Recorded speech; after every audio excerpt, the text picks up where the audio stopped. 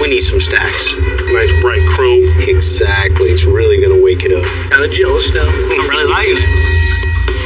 This is our 37 Ford. We're going to go a little backwards on this one. This customer is going to take this beautiful 37 that's complete and go back with a factory style. That's it. The customer tells us what they want, and it's up to us to figure out how to make it happen. Oh my God, Bill. I'm Bill Carlton. I built my first truck when I was 16. And ever since, me and my guys have been out here creating with our hands. Building the biggest, lowest, baddest custom trucks and cars in the game. People don't come here for what they need. They come here for what they want. This is Texas Metal.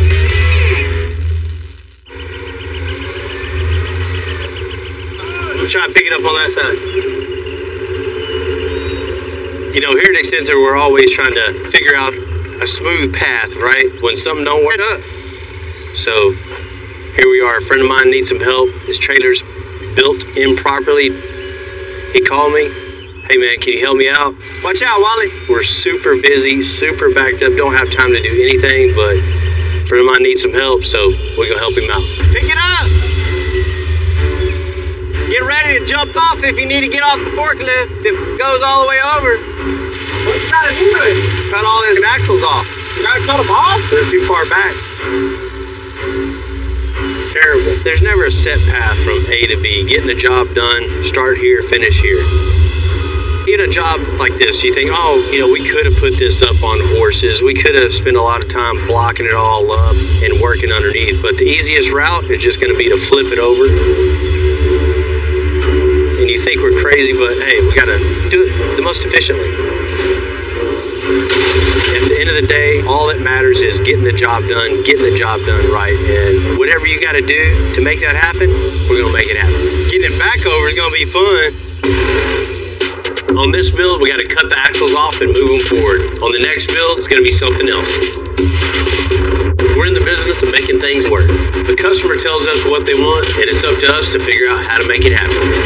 Got a call from a guy that has a 37 Ford, needed a little work, so I thought I'd just jump in the van, come see what's happening.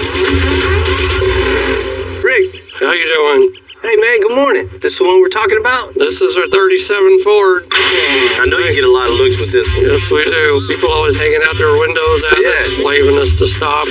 The 37 Coupe was a really popular car that a lot of people customized.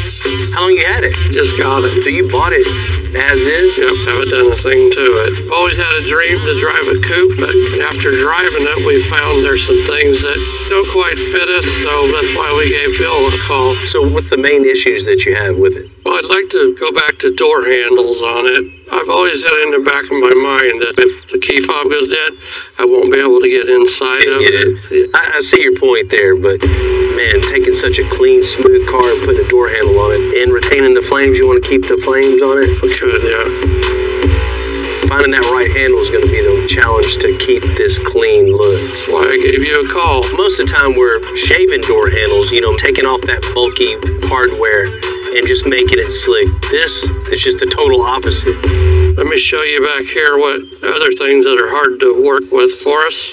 The license plate. I want to get that up. Yeah, that's a pain in the butt. Yeah. Especially as low as this car is, yeah, right? The old knees and arms don't work that good anymore. So I really do kind of like the older style back to the rat rod days. My hopes was to put some factory looking taillights back on it, and then the tag bracket would be with the tag light. So Rick, you want to take this clean, smooth, flush mount LEDs, you want to scrap that and put the factory tail lights. I guess it's what it's going to end up happening to be, but right. You know, on a car like this, most of the time, that's one of the first things to go is the big tail lights that hang off the back. But I see your point here. If you got to have the factory looking light back in it, we're going to find something that looks real cool and going to fit the car very well. This car, you just don't throw any door handle on the door. The same with the tail lights in the back.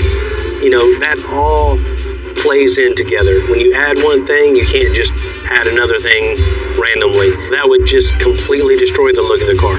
See if I can get the doors open. I wanted to show you some stuff that's really needs a lot of work. You got a really clean interior in here. except for that steering wheel. I donate that to you if you want it. Turning the corners it's not very comfortable. It's hard on your thumbs. You get stuck in that 37. I'd like to go back with a banjo wheel if we could. Definitely for this car. It looks cartoonish. I mean, that's customizing gone wrong right there. This is a whole lot of one color in here. You know, I think maybe a little piece of polished aluminum around to tie everything else in together, and even bringing it up on the door panels itself. Contrast on the dash and the door panels is a must on this. I think it'll really wake it up and give you a little personalization there too. Make it yours. Sounds wonderful.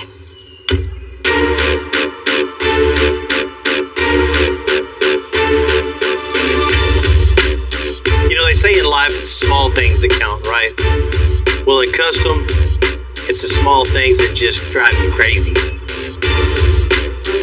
You know, like a job like this, just put some door handles in it, picking the right handle, putting it in the right place, and then making all the mechanism behind it. You need that mechanical part of it to work every time. It turns that little bitty job into something very, very time consuming.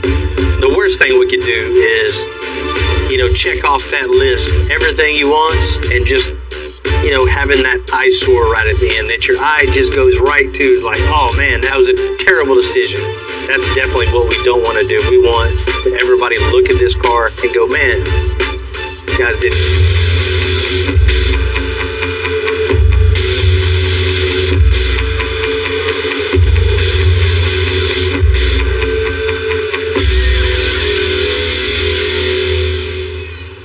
What's happening? They said you wanted to see me? Yeah, man, gonna need your help. It's a beautiful looking 37. So what we doing? Maybe a little buff, maybe a little wet sand, you know? Well, we're gonna go a little backwards on this one. Backwards meaning? He wants to put door handles back in the car. Door handles? He wants to make it a little more user-friendly for you. You already know, hitting that remote, it don't work every single time. Yeah. And he just wants that reliability of just going and opening the door. You got to come with it on this one. I see that. We're going to try not to damage the flames and have to have somebody come in and touch all that up. Cool, so we just need to be real precise, measure twice, drill once. Right. You know, and make sure we're on point. Not only that, there's some other things too. It has the smooth LEDs in the back. Yeah, they're dope. He don't want them. He wants like the factory taillights put back in the car. Like factory with the arms and the steel and the... You know, we're not going to do that. We're not going to go with the actual factory taillight, but more of a factory style look. So it's up to us to come up with something cool, license plate. This customer is going to take this beautiful 37 that's complete, and we're going to go ahead and put some factory handles back in it, and then get rid of these beautifully flushed LEDs and go back with a factory style. That's it. It's still going to have that clean, smooth look, still have that style. Hell yeah. You know, as far as the exterior, that's it. It's on you on that. I mean, the next is John Burgess. He can get with it on the inside. It looks super smooth on the inside too, but it's a little plain, so we're going to wake it up and make it cool looking for him. Right on. Well, what about that gaudy looking steering wheel? That thing there is rough. It looks like a birthday cake, you know, like car on the bottom with the I turned 37, lots of candles. That is somebody's bad idea right there. That's one of the first things got to go for sure. So yes.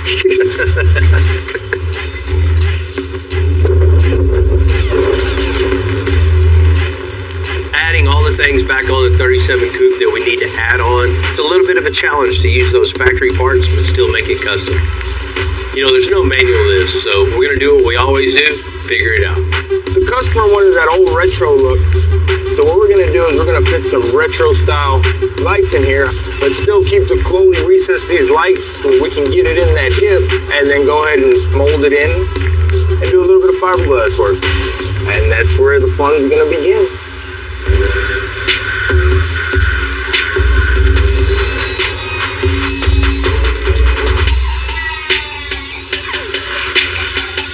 The toughest part about doing a job like this is getting the taillights to actually go in the hip without going too far out to the outside of the body and going too far in. We're going to go ahead and sand out about 4 inches all the way around. That way that allows our fiberglass and our cosmetic repair to bite. So once I get this basket all sanded off, it'll allow us to get a good adhesion between the panel, the basket, and the fiberglass. Cool. That looks really good.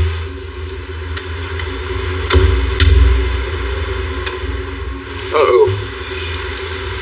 I bet you the battery's dead.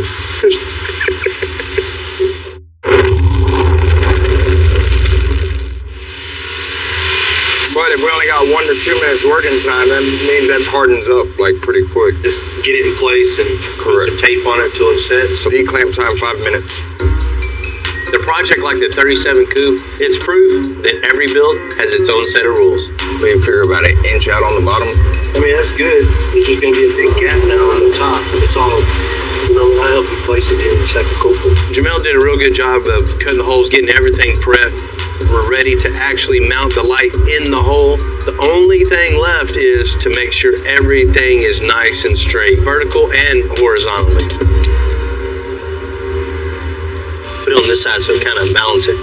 How we're going to do that is I'm going to put a piece of aluminum tubing across here with a couple of pieces of tubing as a spacer clamped to it. I've already taped the light kind of where it goes. It looks pretty close, but if that tubing butts up to the light perfectly flat on both sides, you know they're 100% true.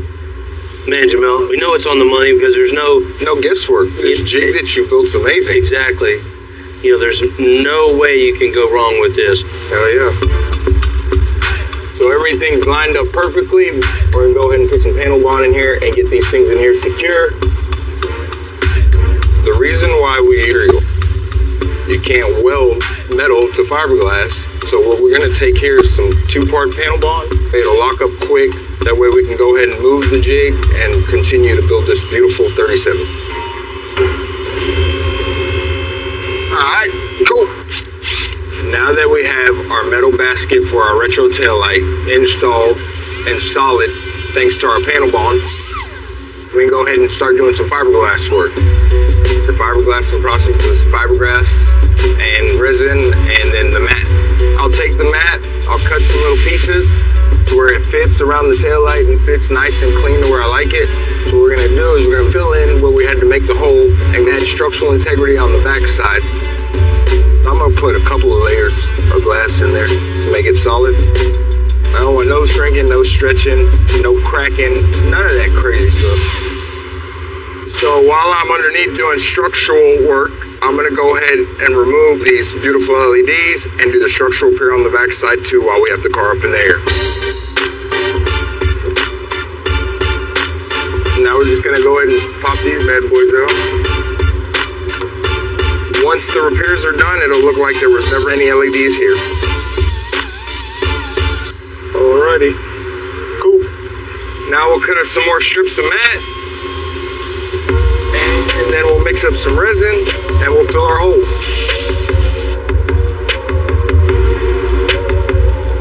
We're gonna go ahead and let this cure for 24 hours, and then tomorrow we'll do the cosmetic side of it.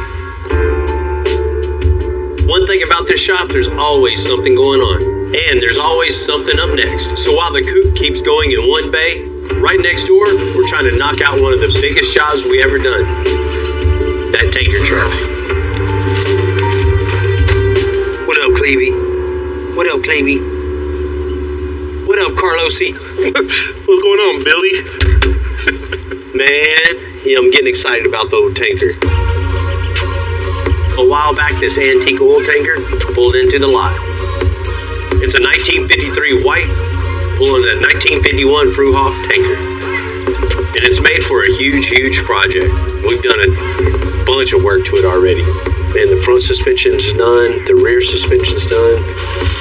This thing was built before there was power anything, and it's really hard to drive.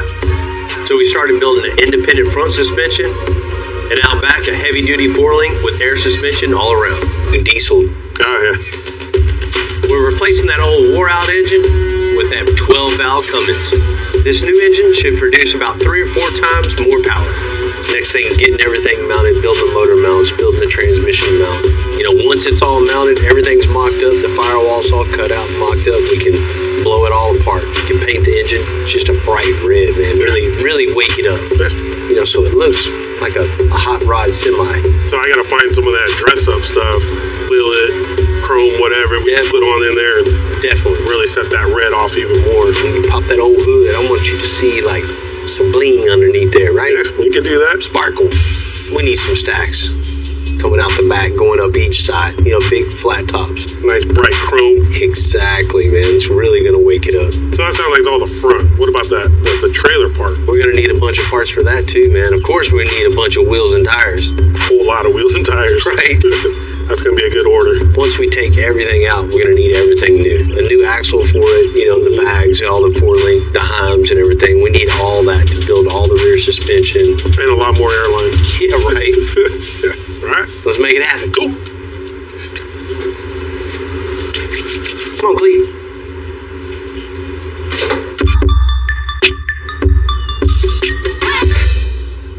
Well, all right, y'all.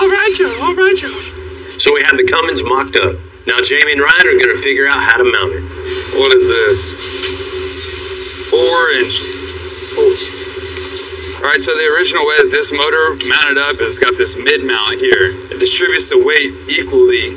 Usually we'll go underneath the rear and make our little just mid saddle that goes underneath the transmission. We can through bolt it that way and, you know, connect it with the pipe. But with the way that this is mounted here, it's not gonna really work that way. It's gonna have to have 2 separate transmission mounts on this one. Same concept, just split. This is kind of cool. You know, it's a tanker truck, first of all. It's an old tanker. And now we're putting, you know, more of a modern motor that's just as big as the old one, but, you know, different setup, different geometry, different power, and all that. Boom, shakalaka. It's kind of cool being able to do stuff like this. Not a lot of other people can go to work and, you know, get to use their imagination to make it work. We'll get this guy tacked in here so it don't move around. Doing stuff like this is cool. You know, we get different stuff all the time. It's not the same repetitive crap out a little bit. We get a better weld right there. It's a cool part of the job, you know. Perfecto. I got a cool idea. We can do it like the Bronco over there. The little piece that goes right to the corner of this, so it'll grab the top and the side. That thing, it would be so much stronger like that, since we don't have anything that we're going down to, you know? That's a good idea. Because you know how much this thing's gonna rattle. And it's like a these things shake. Yeah, they shake bad. All right, I'm gonna go cut 2 6s just to start out so we get that tacked in.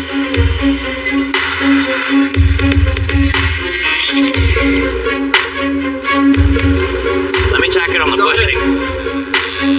I like it. You can do the same with the bottom, since we got so much room down there. Man, these motor mounts look great. It's got 2 good solid anchor points on it. The motor's gonna ride right there. Strength is there for sure. Yeah. Style is cool though. Now everything flows from front all the way to the back with the tubing and the same bushings and everything. I like it. If it was mine, I'd be happy with it.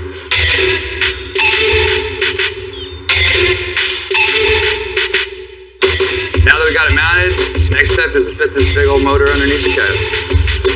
So this motor and trans setup is a lot different, as you can see from the cut into that. I think it's just this corner right here, just like from like here over.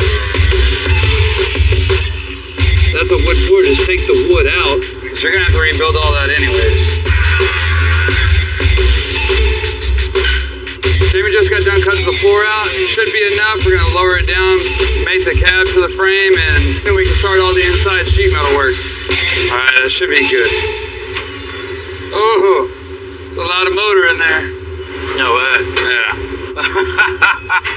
That's all motor. Where are the pedals gonna go?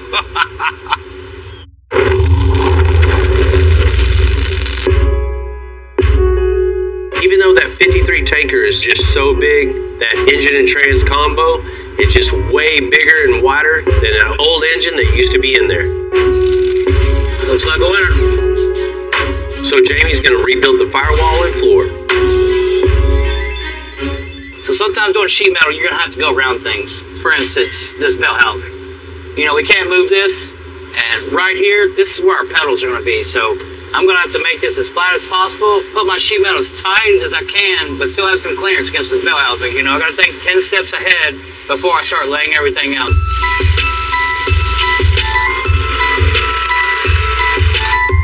That's not gonna go in there, that's gonna go up. Split this. Break.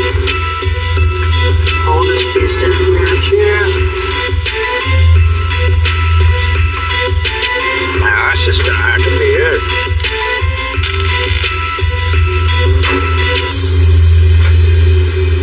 That's not gonna work.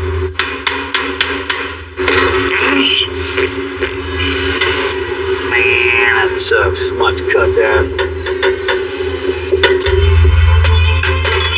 Initially, I'd planned to make like a pocket right here, but you know, things don't work out all the time.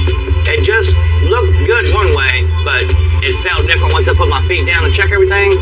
So I mean, it's kind of like I have to do it now. So I'm gonna go ahead and cut some more of the floor out to make different transitions and pieces on this. It's gonna be a lot better for carpet. It's not gonna be less of a lip for your foot because I don't want any kind of obstruction between the brake pedal and the gas pedal. You know, this is fabrication, adapt and overcome.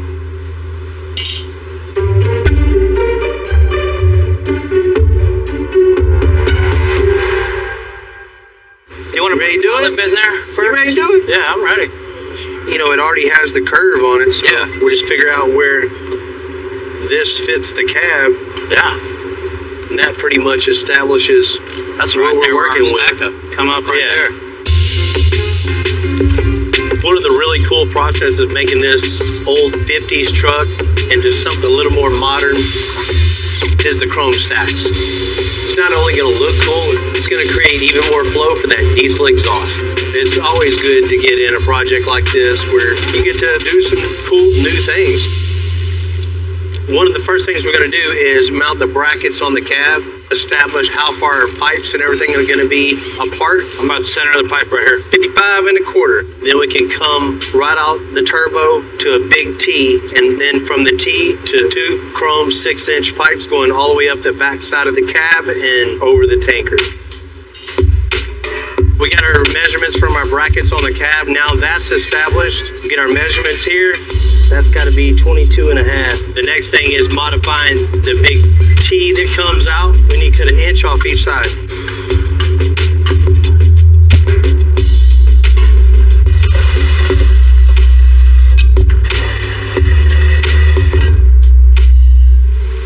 Blanking.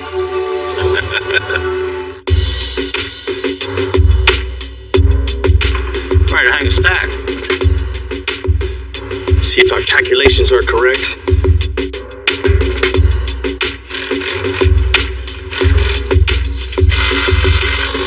It's pretty solid now. I don't think it's gonna fit. Nope. Might as well go ahead and cut it.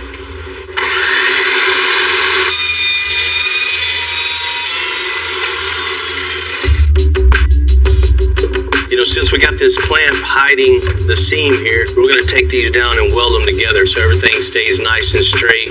We got a piece of 2x2 extruded aluminum clamp to the table. When it's touching all the way down, you know it's laser straight. Super smooth, clean, really small weld is what you want on here.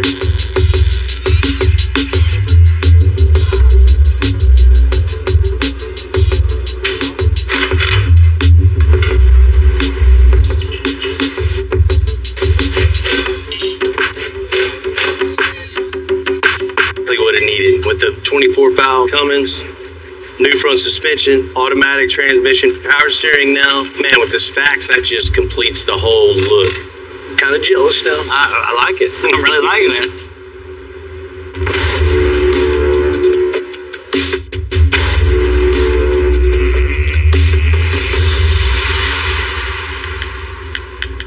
You know, I've been really thinking about it a lot of which handle to go with on this 37 Coupe. Trying to find a mechanical handle for a door that's this skinny and still having the window operational would be super tough to try to make all that work. So found this online that works with a key fob. So when you walk by it, the key fob is going to sense it and automatically pop the door open like that. So you got a nice grab spot. But we're still going to put a safety mechanism in the door. So if anything fails, you still have a pull cable that you can access, you know, in that secret spot that nobody knows about.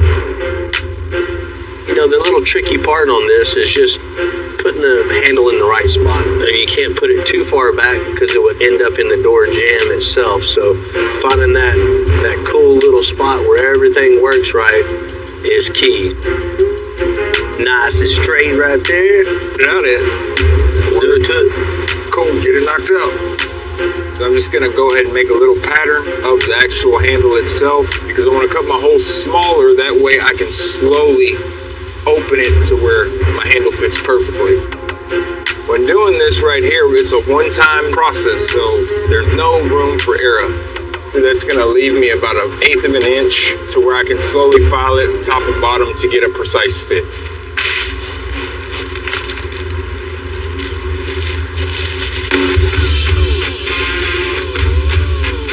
So when I'm cutting this, I just have to make a good, clean cut. It's got to be perfect. So it's got to focus. It's all about clearing the mind, getting comfortable. The more comfortable you are, the better work you'll produce.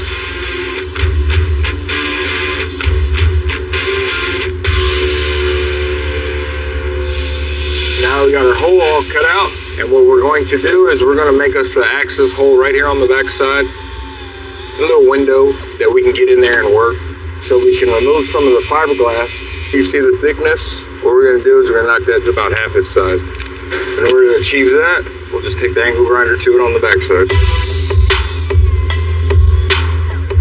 So it'll allow our door. Once again, we'll be bonding metal to fiberglass. So we use panel bond. It's a 2-part epoxy, which we use in the rear. So we'll use the same stuff here. We got our handle in. We got the panel bond on it. Now we're just gonna let it set for 24 hours and then we'll pull it off and do the cosmetic on the front side.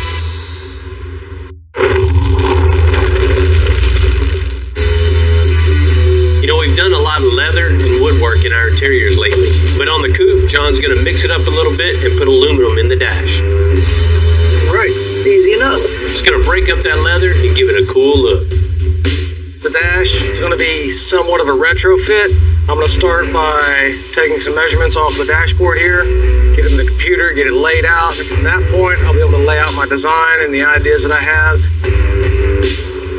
Program set and ready to go. I've got some aluminum locked up in the CNC router. Hit it with a little bit of lube. If we don't do this, the aluminum will gall up in the bit. It'll start chattering, get chunks in it, and mess up your part. And off to work. This being aluminum, you only get one chance. You can't go in, body fill, and repaint. It's either right or it's wrong. So I have to babysit this one, running good and on track.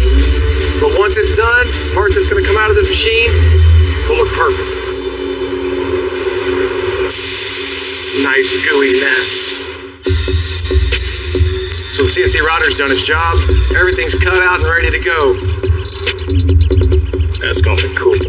With this being aluminum, I didn't want to cut all the way through and have these pieces come loose and go flying around, so I stopped just before I got to the bottom. So now I'm going to take a jigsaw, trim it out, go over to the hand router, real quick run around, and these parts will be done.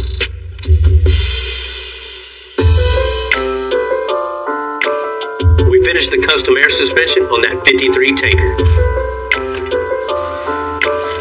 Now to give it a huge modern upgrade with that power steering. What we got going on right now is we're taking out the old hydraulic steering. You know, we're trying to bring it back modern where everybody can drive this truck. You get this thing, you're not gonna have to fight that big wheel, nothing like that. So what we're gonna do is gonna put rack and pinion power steering in this truck. Got this sighting down, that's my drop down to hold my column up top. We got our collar right here. This is gonna locate the bottom of our column. It's very important to get this right. So our steering. Right now I'm just checking to make sure my column's straight. That's sheet metal work. I can make that any way I want to. But this right here, I want to make sure it's parallel. You don't want to be driving and the steering wheel be like this or this, so make sure everything looks true. I'm happy with that right there. And when you're doing something like this, you need to think 10 steps ahead. You know, I'm gonna go from the rack right here with the knuckle all the way to my column right here. Obviously, I have a clearance issue. I have two options. I can go ahead and put another joint in there, which is going to be more material, more things combined up, or I can go ahead and just remove part of the motor mount, get my steering linkage completed, and then I can go ahead and fabricate something around my steering linkage.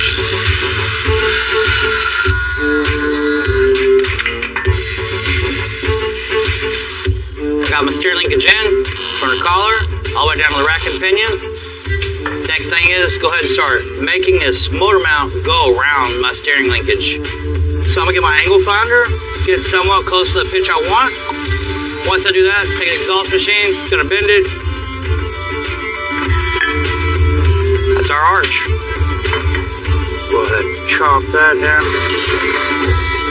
Go ahead and cope it. Once I cope it, it's gonna fit nice and tight on this bushing on the motor mount. Okay, so I got it in place now.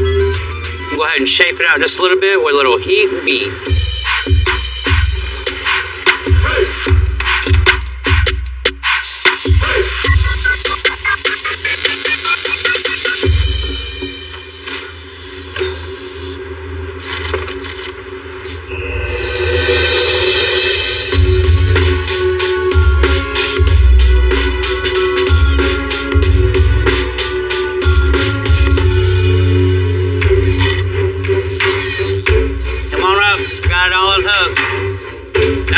Mocked up. It's time to blow this thing apart, take the cab off, take the motor out, get this thing in powder coat. We're clear right there.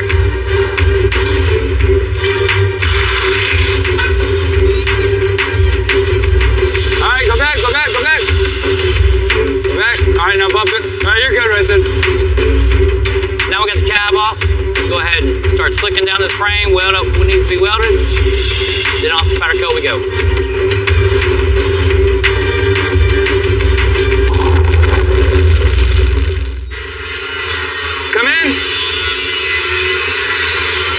Come in. All right, right there, and then side shift right. The 53 tanker is back from powder coat. 1, 2, 3. With everything coming together, we can finally install that freshly painted Cummins.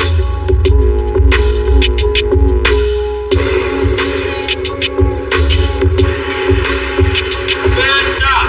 Gonna bring it down.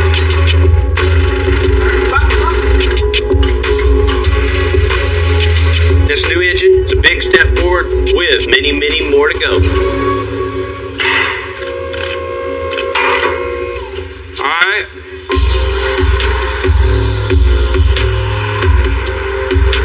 There's still a whole lot of work to do on this old truck. We need to get that cab back on the chassis. There you go. 1, 2, 3. All right, we gotta go to the front. It still needs a custom bumper. It needs to go back, huh? It's pretty freaking close right there, though. Interior and a whole lot of metal work to do on that trailer. You wanna come down a little bit? Yeah, that's good right there, dude. Keep going. Big jobs like this take worth it, because when we get it done, it's one of one. The nice part about being this busy as a business, even as one job still has a lot of work to do, another one is almost done. John's finishing up one of our last big pieces on the coupe, the door panels. Going through a few ideas here and making a decision on which one we're going to do. Once we get the base idea down, we'll let the machines cut our pieces out, and then it'll be up to us, get them all shaped in, put together. Kind of nice to be able to get your base drawing on the computer. You still have to be building it in your head. How are you going to put it together? How are you going to wrap it? How's it going to finish out? So there's a lot of stuff that goes into it other than just lines on the computer. Take this.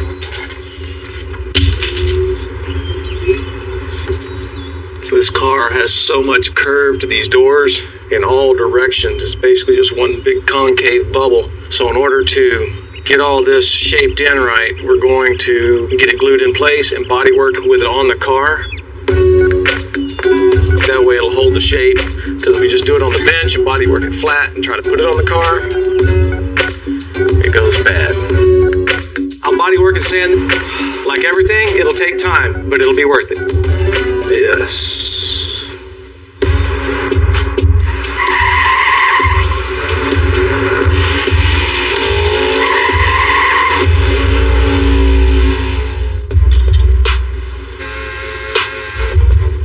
After all the fabrication and body work on that 37, Jamel needs to mix that paint to that exact color to match the rest of the car. So we'll use a dark gray, a gray, and a light gray. That'll give us 3 different shades of red. We'll do one of these too, which this will give you all 4 different sealers on one card. I'm gonna spray all 4 of these cards, take them up to the car, and figure out which one is the closest match to our automobile.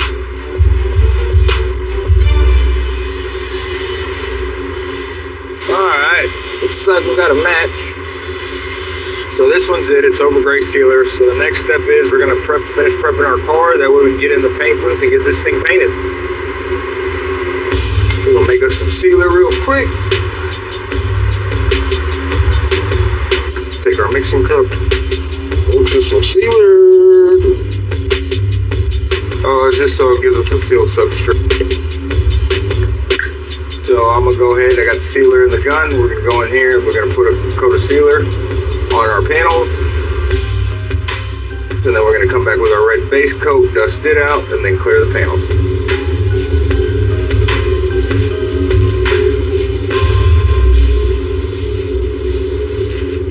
After a lot of searching and being through different shops, Extensive is home.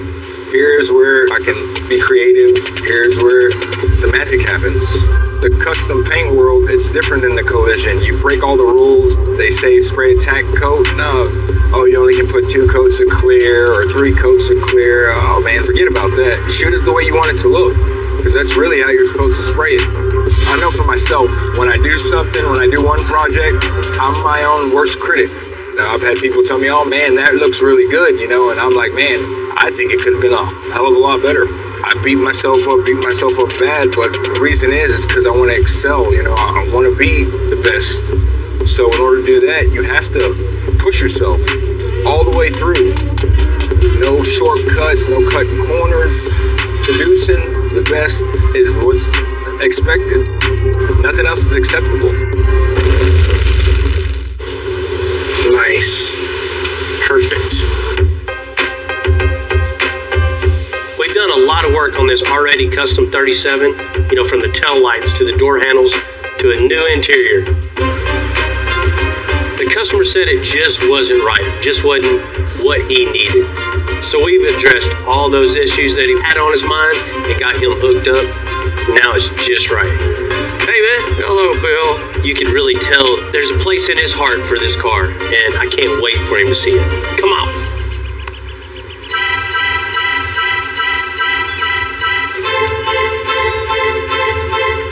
Oh my God, Bill! I don't believe it. That's wonderful. I've waited 40 years to see something like this. 40 years, huh? 40 years. I started building one back in the 80s and I lost it. I gave up on a dream of having it for cruising, and you made it. It's here. You did it. I can't. I'm a little lost for words now. Let's get a closer look. Great. You know, I can kind of understand where Rick's at on this. Losing something early in life and finally that can bring a tear to your eye for sure. Oh God, Bill. It's perfect. The taillights, you can see them, yet they're molded in. It looks like an old street rod. Yeah, you wanted to put the factory style taillight back in, so that's what we had to do. But I didn't want to just put the big taillight that hangs off the back of the fender with the stem coming off, so we decided to mold them in. You know, still have that factory look, but it's all custom. It's definitely the 30s style of the fenders. It's street rotted, or if they use that term anymore, but it's just slick. This car makes me feel like a kid again. I'm going through my third childhood, and this is going to fit right in with it. You know, one other problem you had was that low license plate bracket. So we got a nice retractable one now. So you hit a button and it just comes up and out. Oh, that beats the heck out of reaching up underneath. Yeah, you don't have to worry about that anymore. It's perfect. The hard thing is taking such a nice car and modifying it and not detracting from it. You know, like the door handles itself, picking that right handle to go back in a really clean car. They're sleek. I was thinking of my old Chevy door handles that would catch your coat, and Right. I could get in and out of this without worrying about something sticking out. Would be. It's still an electric door handle, but if that doesn't work, you still have your safety release underneath so you can pull and actually get in the car. You don't have to get the brick out and smash the glass. So. Oh my God, Bill, I had never dreamed that they could ever look like this. It was so Creamy. It was creamy.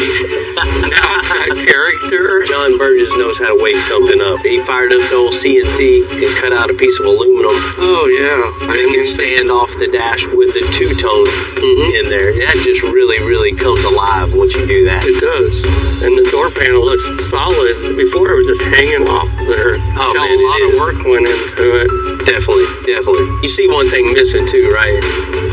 That thumb grabbing steering wheel.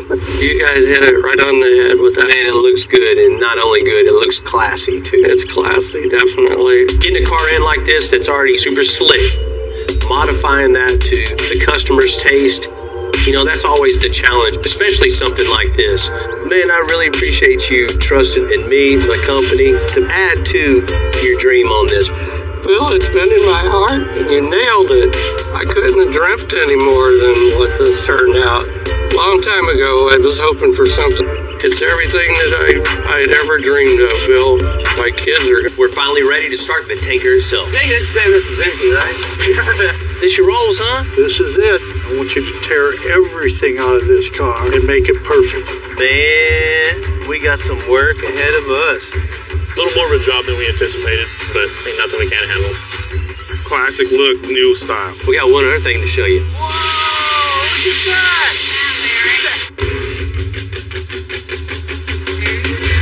I'm Bill Carlton. I built my first truck when I was 16. And ever since, me and my guys have been out here creating with our hands. Building the biggest, lowest, baddest custom trucks and cars in the game. People don't come here for what they need. They come here for what they want. This is Texas Metal.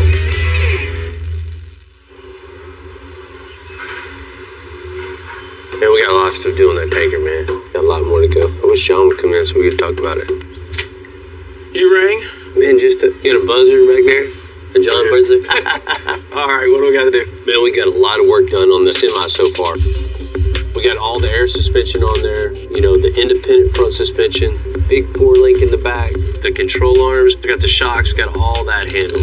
We dropped the engine in the truck, got the engine mounted. We had to cut the firewall, make it fit, rebuild the firewall. Got the stacks on it, it's all stacked up. Nice. I saw it sit in the shop the other day. That thing's looking mean. Yes. You know, we finished the steering, got it off, got it powder coated, painted engine. But we still got a long way to go. All right, what we got? The console needs to be built, so we're gonna need some material for that. New carpet, headliner, seats, fresh it all up. Yeah, do everything man. to it. Let me know what materials you want, the colors. I get that all ordered out. All right. You know, the front bumper, we gotta get that all mocked up, so we're gonna need some steel for that.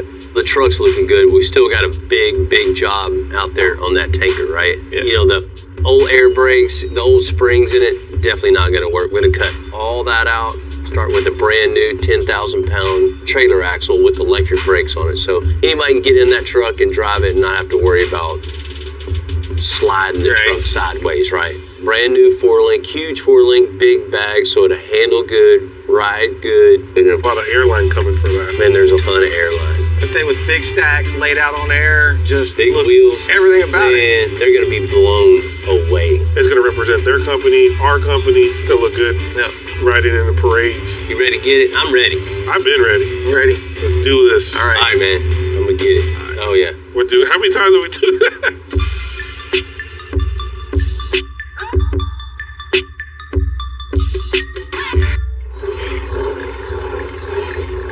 I think this is the oldest tool in the shop. It looked like this when I was a kid. You know, after all the custom parts we made for this tanker, we can't just be having that factory bumper. This is the bumper that came on the tanker. It just takes away from the whole design of the whole truck. So I had Jesse burn me some plate, 12-inch by 7 foot, and we're gonna roll it just a little bit to give that nice curvature to the front of the truck. Man, I think we're good with that. What we'll do is transfer this onto a plate, and that'll be the bottom of it. So that's gonna hold everything nice and straight. Plasma? It takes a very steady hit. You want me to show you a little trick? See that right there? Yeah. Drag your hand now. That's super slick. The piece we rolled is not perfectly consistent. So we just cut one side, flip the perfect template. Ta-da! There you have it. Here's our nice radius. It's the same on both sides. Now got everything ground down and cleaned up. It's gonna be a nice clean surface well tube. Okay, so you can see the piece I just got done cutting and cleaning. Added it to the piece that Bill and I rolled. You can kind of start to see already it's starting to shape up like a front bumper.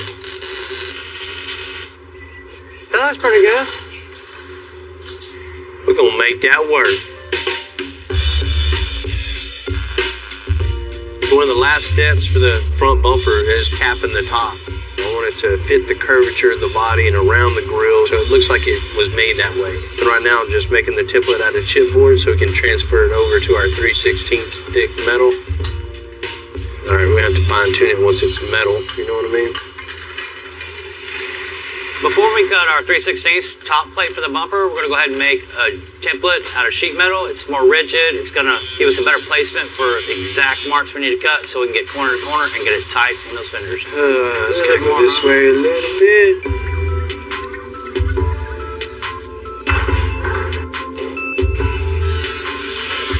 It's a lot easier to modify the 20 gauge. There's a perfect template out of the 20 gauge, so now I'm going to trace it out on the 3/16, so we only have to do that one time.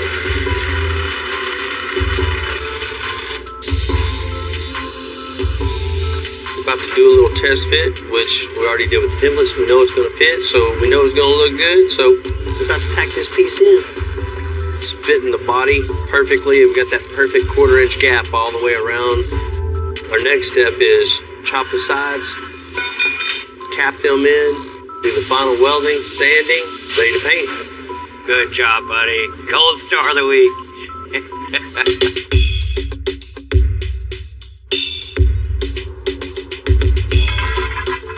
Come on in a little bit, right there.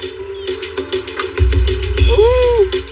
Hey, it ain't quite as heavy as a 40-foot, but it's got some weight to it. You know, while we're finishing the cab, we're finally ready to start the biggest part of this project, the tanker itself. Man, trying to get this big old thing in there, for some reason, somebody thought it was a good idea to put a lift right outside that door. We're getting it in that shop one way or another. We're gonna watch it roll over. I hear you. All right, make sure don't buckle this. Let's buckle the stand. What do we put it on the dolly?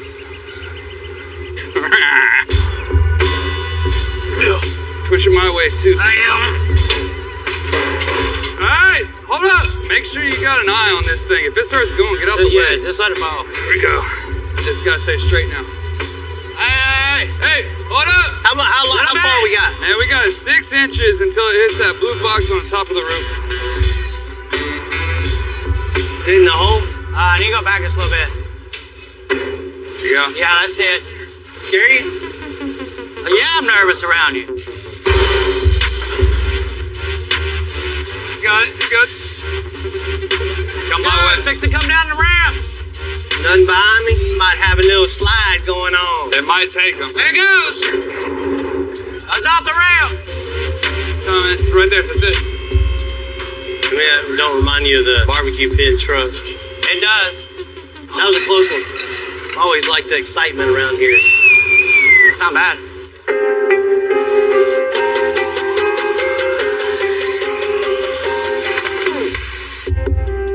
You know, before we can make the air suspension on this 51 tanker trailer with this heavy-duty 4-link setup, I asked Ryan to tear out all the old suspension first.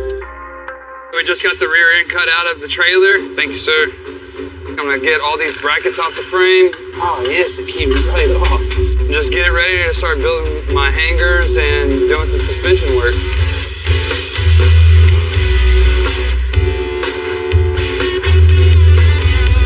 Hey, they did say this is empty, right? Damn, that's gonna be torqued off. That sucks. They put a lot of weld on there. I found a split where the frame cracked, and that's why they have all these scab plates here. So I'm just gonna take it completely out and start fresh. The scab plate is just used to join two pieces of metal together. So we decided to cut it out, put brand new rails in there. By doing that, it ensures 100% certainty that this thing is going to be perfectly sound whenever it gets on the road. So I'm using these plates to just keep this frame rail straight with this rail. That way when I weld it and grind it, it just looks like one solid piece. Got my rails tacked in, and now I'm just gonna go cut my cross members, throw them in there, put a little weld on them, and go grab that axle out there. So as old rusty rails are out of the picture, it looked like crap, and it's not really in our best judgment to let something like that leave. When it comes to doing patchwork, it's way better to take the time and do it right and ensure ourselves that's not gonna come back and we're not gonna you tell them.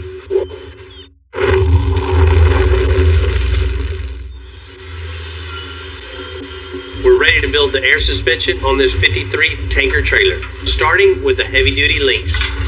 All right, so we got our 4-link brackets made up. We'll get some good hard measurements. Get some tabs tacked onto the rear end. As of right now, it looks pretty good. We're 4.5. By mocking up the link arms, I'll be able to replicate the ones for the other side. Now that we got it to this point, all we gotta do is add some tacks, and then we'll transfer it to the truck. Throw that there for right now. Getting jiggy with it.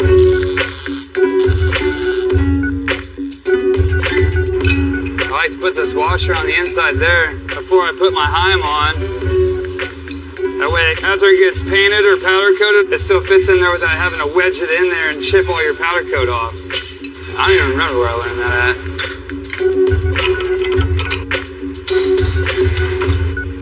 That's where I need to be.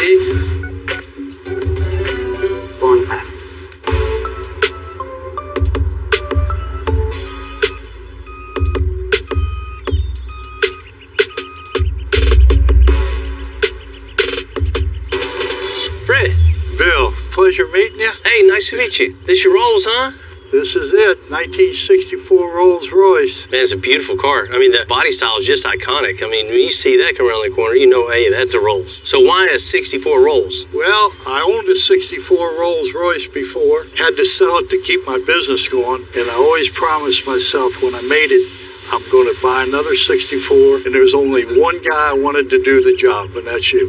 Man, I appreciate that. You know, you can see a couple little issues with it. You know, is that what you come in for, is just paint?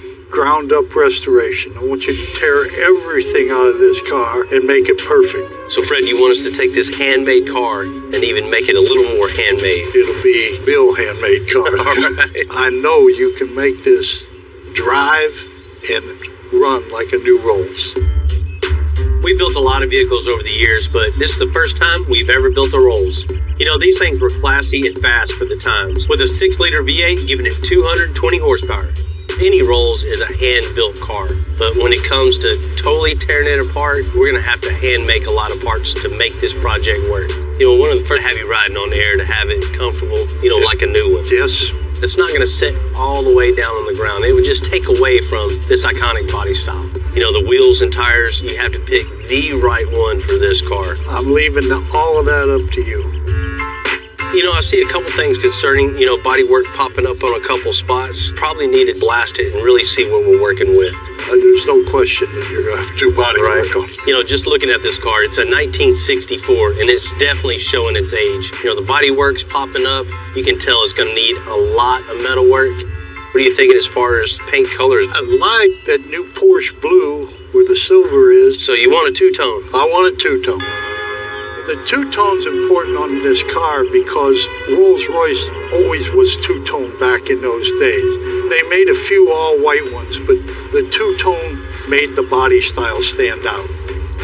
What you got under the hood? What you working with under there? Well, I think it's still the stock 64 Rolls motor. Oh man, it's a little rough under here. Fred, you got a boat? No. We got a boat anchor. You know, putting a big rumbling engine in here definitely isn't the way to go. It would take away from this iconic car. I'm going to leave the motor up to you, Bill. You put what you think is best for me to be a... Definitely in with some new interior on something like this is really important. So what you got going on in here? Man, right-hand drive, huh? Got to switch that over immediately. Yeah. Left-hand drive. It looks like the dash is, you know, mirrored, so I don't think it'd be much trouble to be able to do that. You know, what's iconic about a Rolls is the woodwork in it. And you see the seat back wood trays. That was the thing to have. It looks like the wood's in good shape, but as far as like the rest of it, I don't think there's no saving it. I agree with you. You know, the interior is like half of this job. It's a big car with a lot of interior, and a lot of details are going to have to go in this. I mean, you always compare to a Rolls interior. This is actually a Rolls interior. And a Rolls is a Rolls is a Rolls. Yeah. Everything else in here, 100% brand new. You know, new seats, carpet, door panels. Get rid of the rag top. Maybe even putting the new Starry Light headliner in for the new Rolls. That'd be great. Basically have that new Rolls feel in this 64. That's why I'm here. I've built a lot of cars in my life. I want this one to be the masterpiece. Man, we'll definitely get you hooked up with that. Can't wait to sit in the back seat of this car and have somebody cruise me along. There you go. Well, let's go make it official. Okay. You know, I can totally relate to having to sell a vehicle to make payroll or buy that next part of your business, you know, whatever the case may be. I've been in that same boat, but Fred's new Rolls, he ain't getting rid of that. He made it. Of course, I say this quite a bit, but this is a big challenge. We don't know what's underneath all that paint and bodywork that's there. We got to take it apart and blast it. Surprise, we'll see what comes in. But one of the biggest challenges is in the interior. Making this car look like and feel like, smell like a brand new Rolls, that's coming with it on that. You know, Rolls has always been setting the standards for the rest of the car industry. You know, it's always been one off, one at a time, hand-built parts and pieces. It's made with pride and just made with that passion. You know, that's exactly what we're going to do here. Hand make every part and piece with pride also.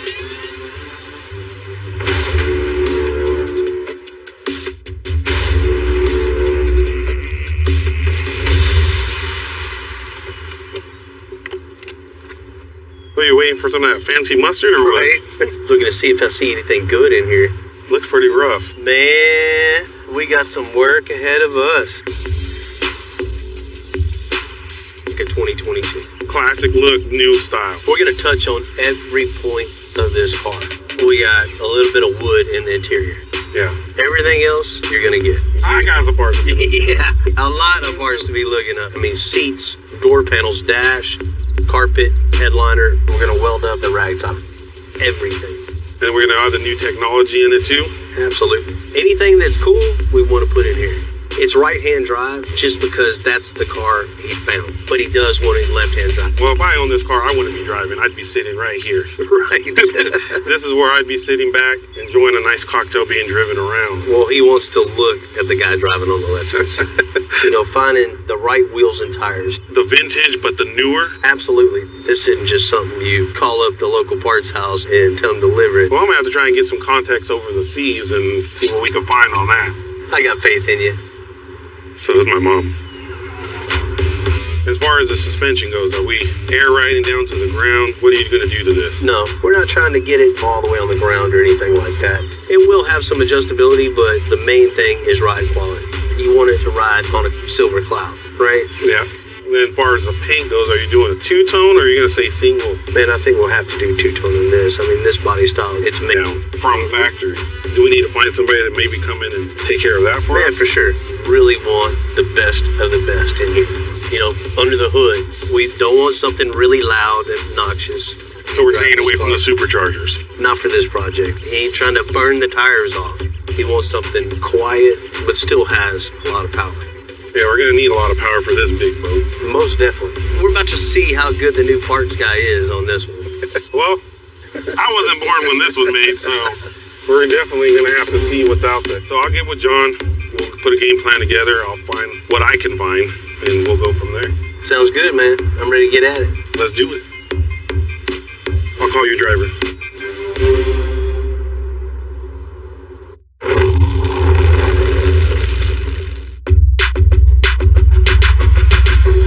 No matter how classy this Rolls once was, most of that class was from long ago. So we need to tear it all down before we can build it back up again. You know, from my experience, the more handmade a vehicle is, the way more work it is to tear it down. Guess what? I am going to touch everything, so... Yes, first thing is we'll figure out how this seat comes out. They're hand-built, so who knows how the hands built them. Stuck over here. Bolt right there, and I can't get stuck. I ain't even got the first piece on this dang thing yet. I was excited, but now I hate it.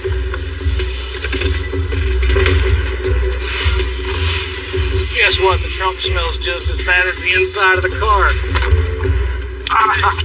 Still no room for activities.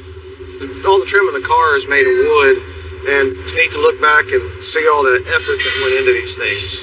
This window trim is one solid piece of wood. This is probably one of the most impressive pieces that I've seen in the car so far. We may need that for later purposes. Don't let there be anything alive in here. We'll be good. Kid gloves still need to be used somewhat. I don't want to just go tearing into it and tear everything apart. I want to make sure I get this thing nice and safe so they can get the cutting on it.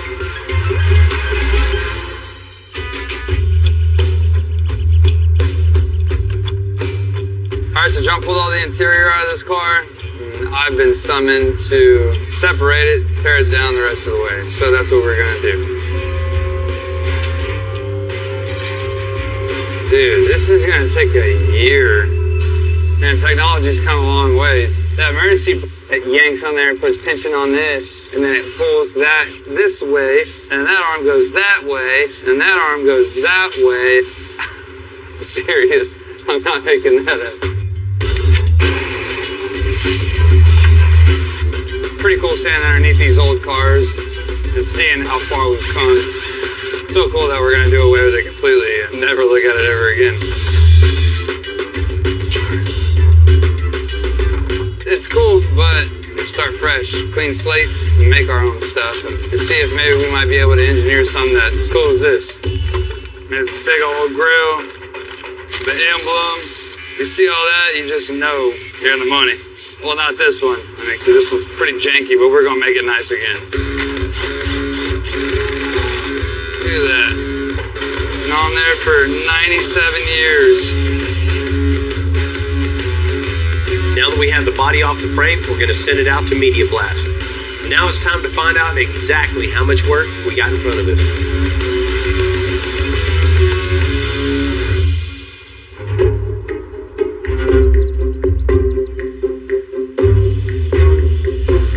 At the same time, Ryan's finishing up the suspension on the 51 tanker. John's gonna get The center console, we've got to have room for our shifter. We'll make a boot for that. We've got an air ride control for the truck, a couple of cup holders, because got to have someplace to put your drink when you're riding around. So what I did is I just put a stop in here so I can set this in the truck and I don't have to worry about these things popping up, and it'll keep the same height so that when the console is done, these will still fit in there. Basically, just going to take these things, carry them over to the truck, start placing it around, figure out how we're going to get it all put together. So just make me a template of the floor here.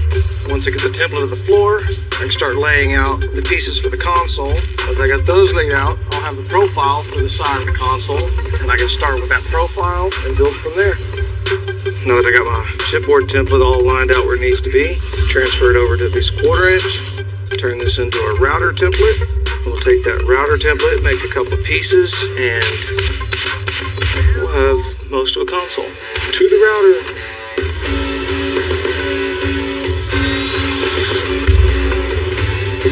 That's that. Alright, I'm gonna glue them together. Nail them up.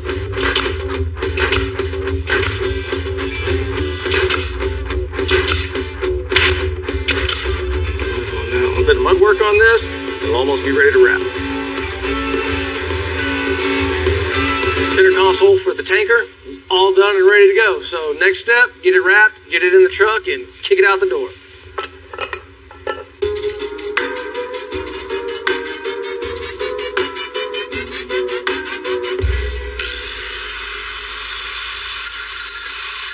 Now that we have the 4-link on the tanker, Jesse's going to burn out some plates so Ryan can get going on the lower back brackets.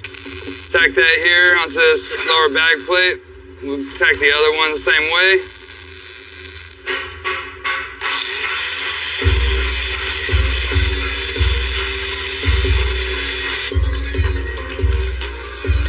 So on a project like this, obviously everything is going to be a one-off part. This isn't anything that we can just go grab off the shelf.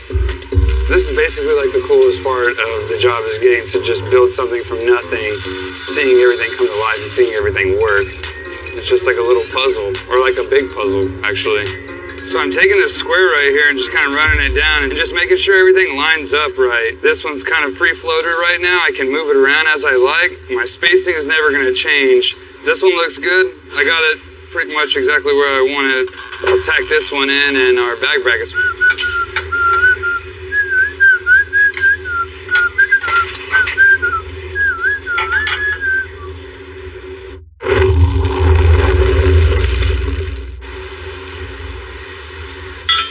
You know, back in the day, this tanker was made for hauling heavy loads, but now it's really just for show. Either way, this truck is still a heavy piece of equipment. With all this weight, we're going to use a lot bigger airbag than we normally use. So right now, Ryan's finishing up the heavy-duty upper bag mount. So we're about to make our upper bag brackets now. We'll use these two 2x3s to brace the top of it, keep it very strong. And we'll take our D plates, we'll get them here, we'll center them, we'll figure out our measurement, and line it up, and then chop off our end. That way everything flows at the bottom. So after we get done with that too, I can make me a plate and just give it some character, do something here, or figure something out.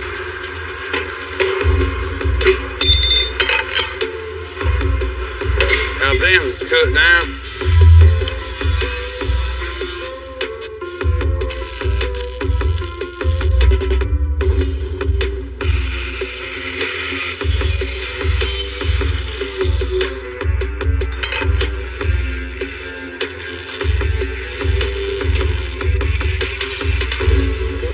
Up here, we're going to get it welded, tack it up into the trailer, and weld it all the rest of the way out.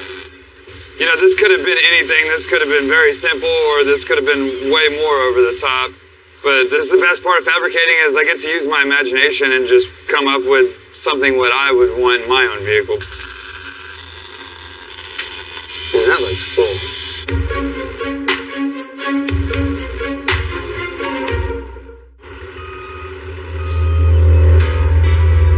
The 64 Rolls is back from the media blast, and just as I suspected, it's bad. It's real, real bad. Because I had a feeling it was going to be this bad, I called in an old friend, a fabricator with skills to rebuild a Rolls Royce, my buddy Brandon Cisco. Hey, Bill. Man, Cisco, how you doing, man? Good. My son, Boston. Nice to meet you, man. Nice to meet you. And that's the helper you're telling me about? Yeah, that's why I decided to bring him with me. You got him qualified? He's certified. He's been doing this since he was like 5 years old, so. All right. He's good. All right. You like sheet metal work? Yep. Well, good, because there's a lot to do on here, right? Yeah, it looks like it's been sitting in pasture for a long time. You know, this car was bought out of Beverly Hills. So you were thinking, you know, we were going to get a pristine Rolls Royce and just modify it. Dude, we need a mess right now. It's more like Beverly Hillbillies. Right. You know, one good thing, we're not worried about factory body mounts under here, because even those are damaged. So we're going to build a full chassis for this, so it doesn't necessarily have to go back with replicating the factory body mounts or anything. So I need your guys' help on this. A little more of a job than we anticipated, but ain't nothing we can't handle. I think that's every job we take in. Every one. Overly exaggerated, under anticipated. But I know you guys can handle it, man. I know I got the right team on the job. Come on, man. All right, man. Let's see what you got.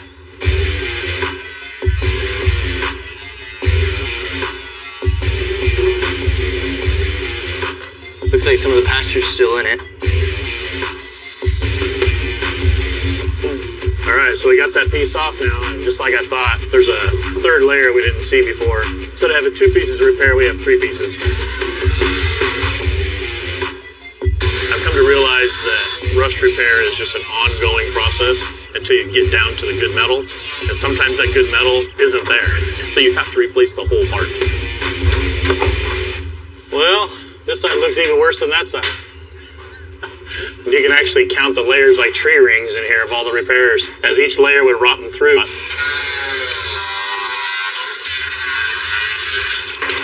Hey, come over here, check this out. Those are original drain holes. If you push this back, you can see that's an original drain plug.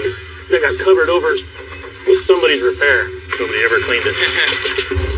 Let's keep going. Back in the day, these cars were hand-built by some of the best craftsmen in the business. They'd be rolling in their graves now they saw how people were repairing their dream work. I'm literally pulling these panels off with my fingers. So whoever did the last repair on this used pop rivets, no welds, no nothing underneath. It's a very low-budget way of attaching a panel. I think we're both down to the original metal. Yeah. So now where the flanges are off of these main braces, see the edge of the flanges? Yeah. Cut straight through and then cut up to the floor, about a ½ inch down from the floor. All right. It's embarrassing to a fabricator to see somebody go back over your work and just kind of cobble it up like this. All right, now I need a minute to evaluate what's next. Now I can see everything. All the layers have been taken off, so I can see where to start at the good metal, which with very little love still, but there is some. We've got some reference points of where the new rocker needs to be at the back of these flat couple patterns, and then keep this from happening again to the next guy that comes down the line 30 or 40 years from now to repair my work. He won't laugh at me like I did these guys.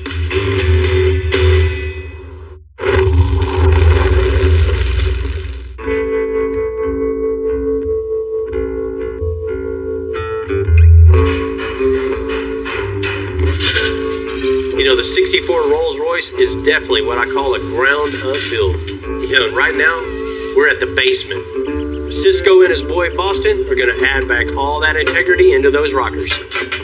You know, it's a lot of work, and you probably won't notice it when it's done, but we can't do anything until it's done. Yeah, look at it. Lining right up. So we got the new rocker panels fitted to the car. They fit the floorboards, they fit the inner floor bracing. We're pretty happy how they fit right now, so we're gonna go ahead and get them into place, finish welding them up, and move on to the outside rockers.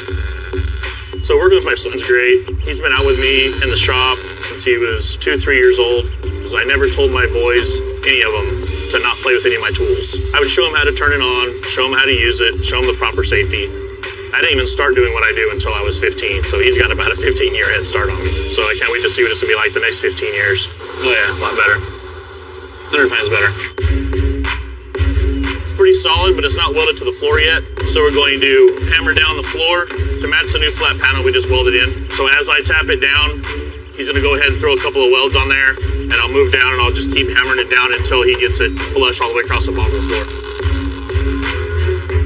So now that we get this panel in, pretty happy with how much it's strengthened up the bottom of the car and how straight it looks now and how it fits real nice and tight. Door sill plates are savable, but we need to replace all of this outside rocker piece. So we have to cut all these spot welds out, get this old rusty chunk off of here. So using the air chisel, take the spot welds off, it causes a lot of waviness in the metal. You can't really hammer and dolly it with all the welds in the way, so I knock those off the grinder real quick. Then I'll go through my hammer and dolly and straighten up this edge to the proper shape that it needs to be at for the new panel to bolt to it. Got some pretty big rust repair to do in this front corner. I don't even have a word to describe how bad some of this stuff looks. So I think I'm gonna go ahead and cut this chunk out of here too and just fabricate a new front piece as well as a new back piece for this corner right here. That is all Mondo. So that's another person that repaired right over the top of somebody else's body color with steel. It's like a ham sandwich. It's really weird. So I will be also cutting this corner off now. Let's dig into this center pillar and see what it's like. So working on a project like this, you really can be overwhelmed by the entire project at once. You really have to focus on the structural part of it first. Get yourself a good base to start with. You know, when I was first getting into this business, I never thought we'd be building a custom Rolls Royce. But here we are, in the early building foundation stages. You know, there's many, many more stages to go and many stages after those stages. This build's gonna be one of those to remember. But as one begins, another one is almost on the road. Ryan's finishing up those last bits on that 51 tanker. Everything nice that we've done is being just taken away by all this crap that's left on here. We're not gonna let it leave like that. So come up with a real simple plan, fast, easy. Take some 1x1 and run it down this whole section here. And then we can take some sheet metal and bend it, get a nice contour, and then we can rivet it in up here as well. And you'll never see any of this ever again. You'll just see two smooth, nice panels coming down, and it will just hide all this stuff here. Here comes the javelin. So I put this 1x1 up in there just so I can see where it's gonna be. I made some marks so I can come in, grind it up so I got a nice clean surface to weld to. All right, so we just got our metal rolled. You see we got our contour that we transfer all of our lines that we've made on this small template here to the bigger sheet. Once we have the brakes in, we can throw it up underneath the trailer and see what we got. All right, 45. You know, doing this sometimes, you know, it does take a little bit longer. It does take a little bit more effort, you know, but at the end of the day, when you step back and look at the finished product, it's always better to go the extra mile and take pride in your work. Thank you, sir. Now that we got our pieces made, all we gotta do now is trim them to fit the trailer. So on the passenger side of the trailer, there's a bunch of hookup, other kind of stuff over there. So we're gonna trim around all that stuff to where we can slide these things in there and have the nicest, cleanest look as possible. All right, so we got our panels in place. We wanna make something that covers this void right here, keep air from wanting to go in there, make these things wanna shake. We'll just take our chipboard, throw it on up in there, and also kind of clean up all this back here that we don't want anybody to see. Yeah, that looks better. I'm just gonna transfer it to some metal. Bango, bango. I got nice pair of hands. Using a straight edge makes it much easier. You have like the straightest line that you possibly can get, and really no cleanup. I got it transferred, cut out, everything looks good. Take it over there, throw it up there. If it fits, it ships. Like a glove. Love it.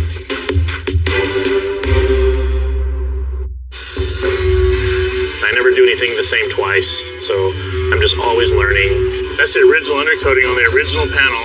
I started off building model cars, actually, and I never built the model car that came in the box. We would get 3 or 4 kits, and I would just mix and match them all together. All right, we're good.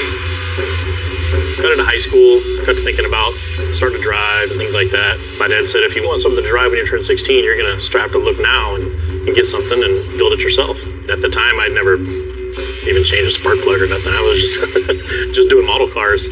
So I had big dreams of this big giant step-side Chevy truck. The way I bought that was I got a lamb, a sheep, and I raised it and I sold it at the fair and made a pretty good penny on it. My dad said that some family members had a 76 Chevy step-side that needed a lot of work for $600. And I started working on it at 15 years old. I'm 47 now. I'm really pushing myself to become the best at everything I can. All right, so everything's done with the trailer. It's all painted, powder coated and everything. It's time for assembly. Start off. I've learned how to work by myself over the years. That's why you always grab 2 nuts. No. So now that the bags and the tank and everything is starting to come together, it's all mounted. This will go into the tank and it'll give me a supply out to my valves. There's a little water separator to keep the water out of your bags and everything. And then you got your pressure switch on the other side, which tells the compressors when to turn off and turn on.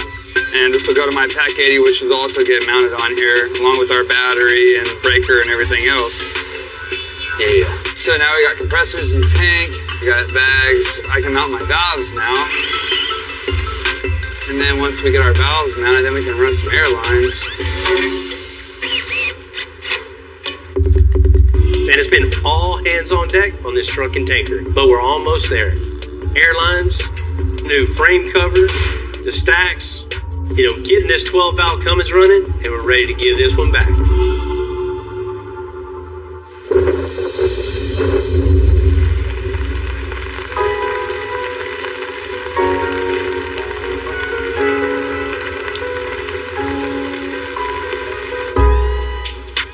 Hey, Bill, how's it going? How y'all doing? Good to see you, man. Bill called us and said our trucks are ready. I'm the owner of the company. She trusted us to bring the truck down and put Bill and his team spin on it. My butt's riding on the line. A while back, Larry and Matt came down and dropped the truck off to us. The plan was to make it fit in with your fleet. Absolutely. This is a special one, though, because we're going to take it out into the communities where we operate and take it in parades. The other trucks are working trucks. They haul our fuel, but this one's going to be a showcase. Well, I know you're going to like what we did. So you guys ready to check it out? Yes, We're ready. sir. Absolutely.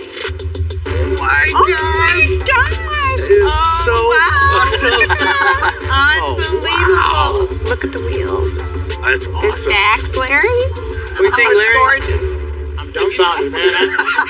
Can we get in it? Lynn's reaction was priceless. She loved it, which was a good relief for us. Her family is going to be shocked when they actually all see it together.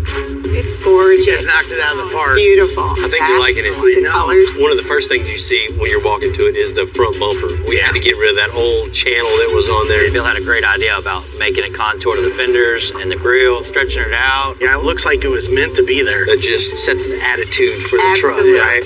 Another thing that we did right off the bat is just rip out all the old suspension. We built independent front suspension, new rear end, new 4-link rear suspension with It turned this thing easy. and you have the hydraulic brakes now too, so anybody can hit the brake pedal and glide to a stop. I think I heard you just say, I'm going to be able to drive it and feel safe. That's it. Awesome. I know Larry's going to be really excited about this. The big reveal, Larry. Oh, gorgeous. Look at that, Larry. Turbocharged 12-valve Cummins. Yeah. Automatic transmission. No more flathead in there. Yeah. How much horsepower did it have? 150 horse. And this? 500 horsepower or something like that. We had to rebuild the firewall around that big old engine. And then went with the red paint on the Cummins. I see there's got some AC lines going there too, buddy. Yeah, we got you hooked up with that too, for sure. Of course, we had to add you some big old stacks out the back too. I noticed them right when I walked in, the stove tops. It ought to fit right in the yard now, right? Absolutely. Yeah, we might have to put this thing to work. One other thing, I got to have you riding good on the inside too. Oh, gorgeous. I'm styling now, buddy. Yeah, man. And power steering too. A normal steering wheel. Yeah. New gauges. Everything's 100% new in it. New column, new shifter, sprayed it, body color. It just looks amazing. Yeah, we've done a ton of work to this thing. We didn't just stop at the truck. We had to come on with it with the trailer too. As you're walking by, you see the new paneling that we have all underneath here. It's had its share of fixes from here and there. What we did is cladded the whole bottoms. It had a big axle with a big spring pack and air brakes on it. We ripped all that out and put a 10,000-pound trailer axle with electric brakes, so you can drive it like a normal truck and trailer. Of course, we had to put some new wheels and tires on it to look cool. And not only that, a big 4-link rear suspension with the big airbags, so it's not going to beat you to death. Yeah. Beautiful. It looks so good. Your team did a wonderful job. The LED lighting on the trailer, everything looks great. We got one other thing to show you. What What's is that? it? Want to hit it? All right. You're going to like this one. Oh, listen to that.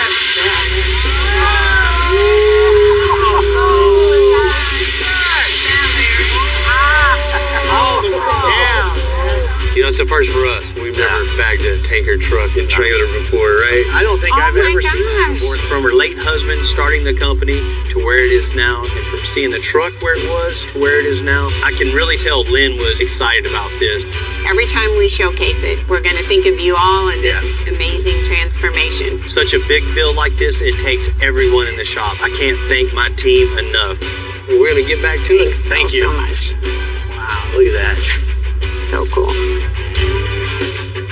A big job. Yeah, we can't thank them enough. It was above and beyond what we expected. And we had A wolf in sheep's clothing. All right, we're loose. And the factory panoramic roof is going to put this build even more over the top. We're going to make a roof sandwich. And that there is why I have black thumbs. Building this piece on the 64 rolls is the hardest part with all the curves and contours in it. There's no manual to this. You kind of just have to let the metal talk to you. I love that. wow, that thing looks great. I told you. I'm Bill Carlton. I built my first truck when I was 16. And ever since, me and my guys have been out here creating with our hands.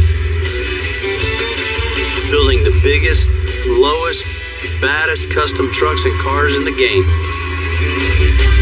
People don't come here for what they need. They come here for what they want. This is Texas metal.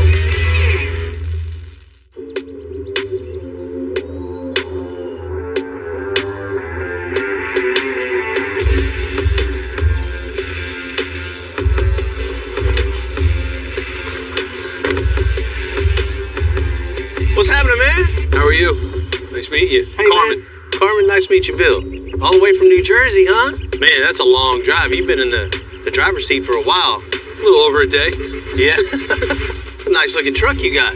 Thank you. I love it. I just picked up a brand new F-350. I've always loved these trucks. I've been driving 1-ton diesels since the 90s, but I have an idea.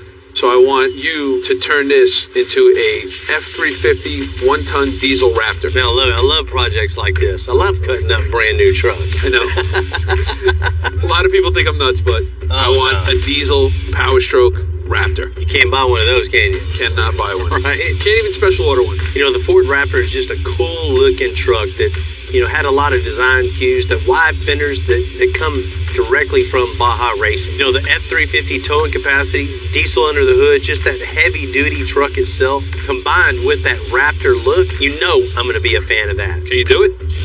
Come on, man. Come on. You're in the right spot for that, for sure. My whole life, I always had crazy, weird stuff. My first car was a Ford Bronco that me and my buddies put a Mustang motor in it. Through the years, I just kept coming up with different ideas for different types of trucks. And this is the things we'd have to do to it is change the whole front end. Brand new fenders on the front, grill, bumper, hood. We're going to do it. Do it right. And, you know, the steps, that's got to go. You got to have retractable steps, so you don't even see that. It'll give it a nicer look. Yeah. Man, it's a good looking truck. Thank you. But we can definitely make it cooler. Okay, tell me how. You know, one of the big things that the F-350 has is that 6-foot bed. And, you know, a Raptor has that 5.5-foot bed. You know, it doesn't sound like a lot, but when you're driving down the road, shortening that wheelbase totally changes the look of the truck when it's passing you by. You go, oh, wow, man, there's something really different about that truck versus all the other 350s on the road. Exactly. Is it going to work? Oh, absolutely. We're going to make it work. You know, it just doesn't work. You got to make it work. Make it work. Okay. And as long as it drives nice on the road? Absolutely. Throw my family in it, take them to the beach? Absolutely. Drive on the beach? Absolutely. Okay. You know, switch up the suspension, give you a little bit more travel. We'll build a brand new parallel 4-link with coilovers on the back to match that front. You don't want it to just look good. You want it to be able to go off-road a little. That's just going to put it over the top. You know, maybe even a bed cage in the back with 2 spares in the back and just totally make it look, you know, that Baja just in case I get 2 flats. Oh, yeah, absolutely. Of course, wheels and tires, big, wide fenders on the back also. Like a Raptor. I want somebody to walk past the truck and be like, did Ford make that? When customizing is done right, that's exactly what happens. I want to fool people. Exactly. Man, if you're ready to do it, I'm ready to do it. I'll leave you the keys and fly back. Let's make it happen. Let's do it.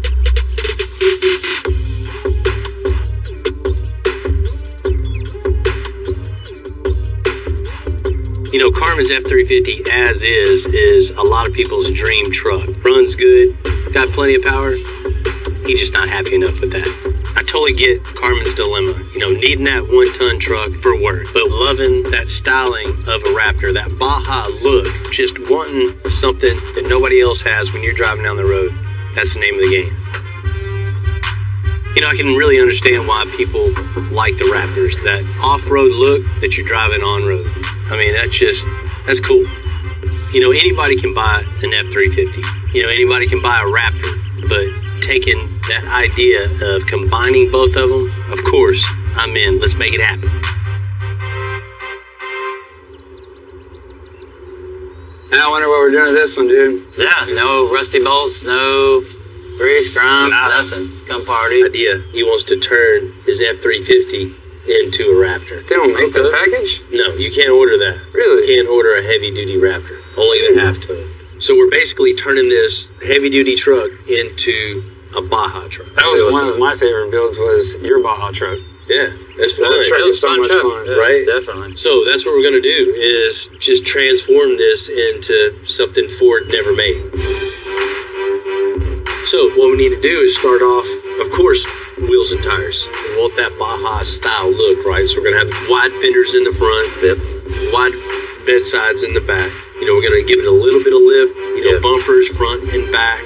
You know, a Baja style bumper isn't going to be around for the F350. Of course. So we're going to have to take Baja style bumpers for F150 and then modify it to this truck. This is definitely going to set it apart from all the 350s. You know what else we need? You want the dual tires in the bed. So that's a signature Baja, right? That's what you see. You know that's what it is. You know, you got to have the spare tire. And of course, lighting. Whole front clip? Whole entire Whole front back clip? Yeah. If we're turning it into a Baja truck, that's something you got to have. And, you know, one of the things that really stand out on this is going from the 6-foot bed that's on here to the Raptor style, so in order to put that shorter bed on, we're going to have to shorten the wheelbase. Yeah. It's a little bit of work here and there, but that's it. That's it. Work, right?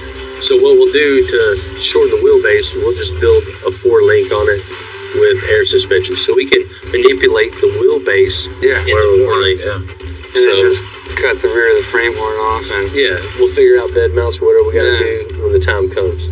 You know, it's just something he's not really going to be taking off-road a lot, but we will put some nice shocks on it in case he ever does want to, you know, jump the curb and go down the side of the freeway and, you know, hit some jumps along the way. This sounds so familiar. So basically we're keeping the cab. It's like, that's it. Yeah, cab, engine, and trans. That's so cool, man. It's great. You know, all in all, I mean, I love projects like this. Building something that nobody's seen before. People are going to be trying to order these. Like, go to the dealers. Hey, I want that. I seen this one on the highway. I know y'all got it. This is going to be something we can get in, put our signature on it, and just roll out and show the world how we build cool cars and trucks. So y'all ready to get it? Let's get it, man. Let's do it.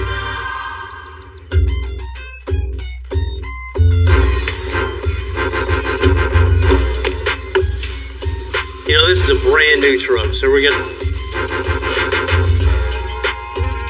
First thing is, go ahead and start getting this bed off. Before I do that, I'm gonna have to grind all these bed bolts right here because they got a lot of build up in the bed liner in there. Now disconnect all the electrical.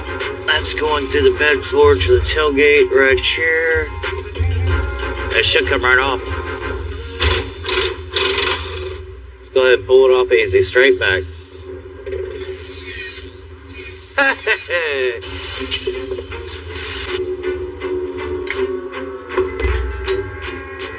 Yep. Thank you, guys.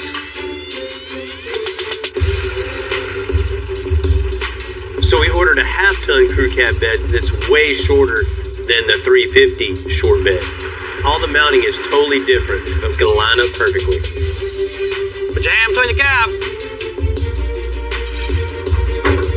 You get the back center, Jamie? Pretty good right there, huh? You know, like any project, you have an idea in your head how it's going to go, right? I was thinking the bed was just going to bolt in place and we're going to chop the back of the frame off, shorten the wheelbase, but of course not. The bed floor is totally different from each other, so there's nothing specific bed mounts here and here. That's the first issue. Once the back of the frame's chopped off, we got the bed mounted, then we can get down to business and actually modify the bed size. I think we're on plan C already, and they ain't even got started.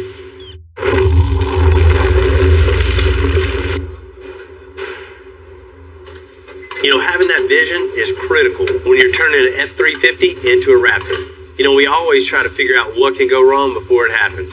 Like this crew cab F150 bed, not fitting on this F350. You know, but like anything, we figure out the problem, address it, get it handled, and get this bed on. And this time, we're going to start by making new bed mounts. So what we got here, we had Jesse varnish out some 1/8" plate. What I'm going to do is build a little channel that the bed will set flat on, and then we can weld right to the frame itself. We just got to do a little notchy.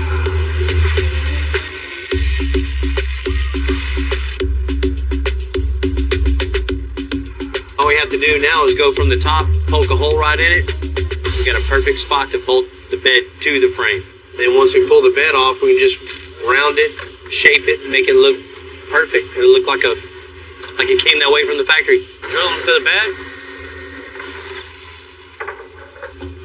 Go ahead and put our bolts in there. All right, hit it with the impact. One more bump. All right.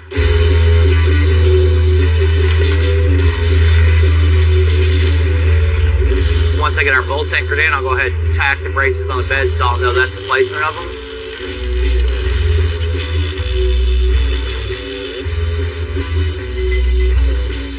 Alright.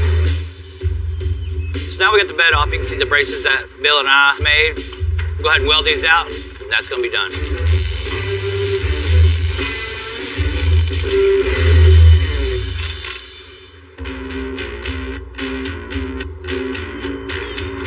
You know, now we know where this bed's gonna sit, we can tear out all that suspension.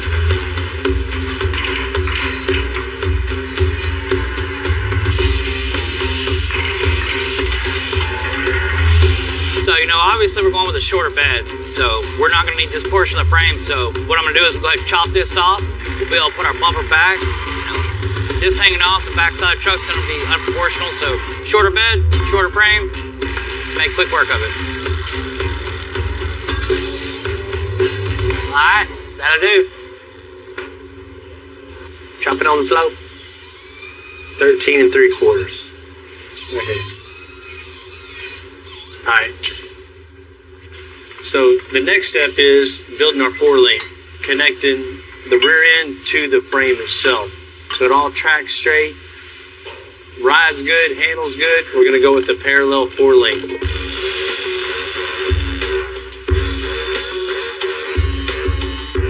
Still wants to be able to use this for work. It still wants it to look like a Baja truck, and you still want it to ride good. So with the 4-link, we're going to install big airbags in place of the leaf springs. You know, not to make it low, not to make it high, just for ride quality and to still be able to tow whatever he wants.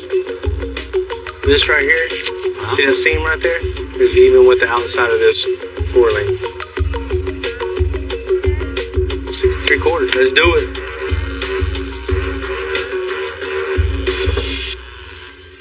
Cool, we got a last little part of our suspension is the lower 4-link bar. So we're just going to tack it in place on the axle itself, and that's going to locate where it's going to be on the frame. That looks good, man. Definitely. Nice frame. You know, really kind of starting to look like a short bed Raptor truck now. It's a wolf in sheep's clothing. So our next step is just weld all that out. Let's get that done. And then we'll go on to the bag mounts themselves.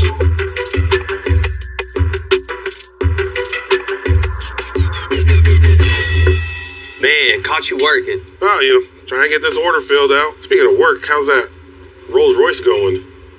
You heard, right? I heard and I seen. Looks like somebody's been using it for target practice. Right? Yeah, it looked good before sitting just out in the parking lot, then you took it and got stripped. And it's overwhelming for sure. Yeah. Good thing we got somebody like Cisco and his son Boston can come in and help out. They're just cutting out patches on top of patches on top of patches. Wow. They're going to start making a brand new rocker from the front wheel well all the way to the back wheel well. So we're going to need some sheet metal. Not the regular 20 gauge, but the galvanneal. The good stuff. Yeah. We got to hand build a hand-built car. Yeah. I think all of us is going to be busy on this one. Absolutely. Speaking of work, I got to get back to it. Get it shipped out. I'm going to do it. Cisco's done making the rear part of the rockers. Now he's going to make the front part of the rockers. So now we're going to start building our channels that's going to mimic the old rocker panels on here earlier. So I'll put new holes in this. We'll plug weld it right to the original panel, and it'll look like factory at that point. So the next step, now that I got this bent the right angle and it's the right length, I'm going to go with a bead roller. I'm going to do a little finisher edge on this thing. I got a nice little rolled edge. Finishes off that panel a lot nicer. Rolls up over the top instead of just being a sharp point sticking up. Those are ready to weld on. I'm super excited to be here and work with my son Boston on this. He's been super excited ever since the day I told him about it. I had to pull him out of school. So that was interesting to tell all the teachers, you know, and they didn't give him any homework or nothing to do. They said, I'm glad he's going. That's cool. So that's always a great experience. It's cool. So we got them all welded done. Now it's part of the car. Ain't going nowhere. So our new rocker will slide right over the top of that and come down and hook right to the bottom of our inner rocker that we built. So I'm going to go ahead and start making the pattern for this center bar here. It's going to be kind of a weird shape. It's going to be flat. It's going to go back and be rounded all at the same time. You can get it close though and then hit it with a sander and finish it off. Just want to do that on any time you can. Get to the outside corner of something and weld it, because if you weld the inside corner, you get a lot of buildup. If you want it to look crisp and clean, it's hard to get that inside edge ground down with a grinder to look smooth.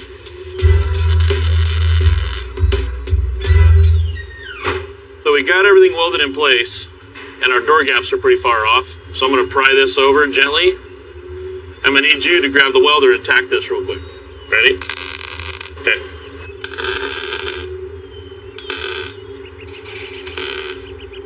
Now, our gap should be doable. That's doable.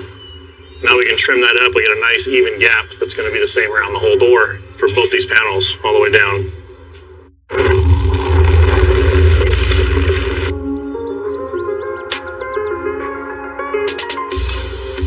You know, when you're rebuilding a 60-year-old vehicle like the Rolls-Royce, you know, the big thing is just bringing it back, making it stronger for the next 60 years or even 100. So right now, Cisco's rebuilding the rockers even better they were from the factory.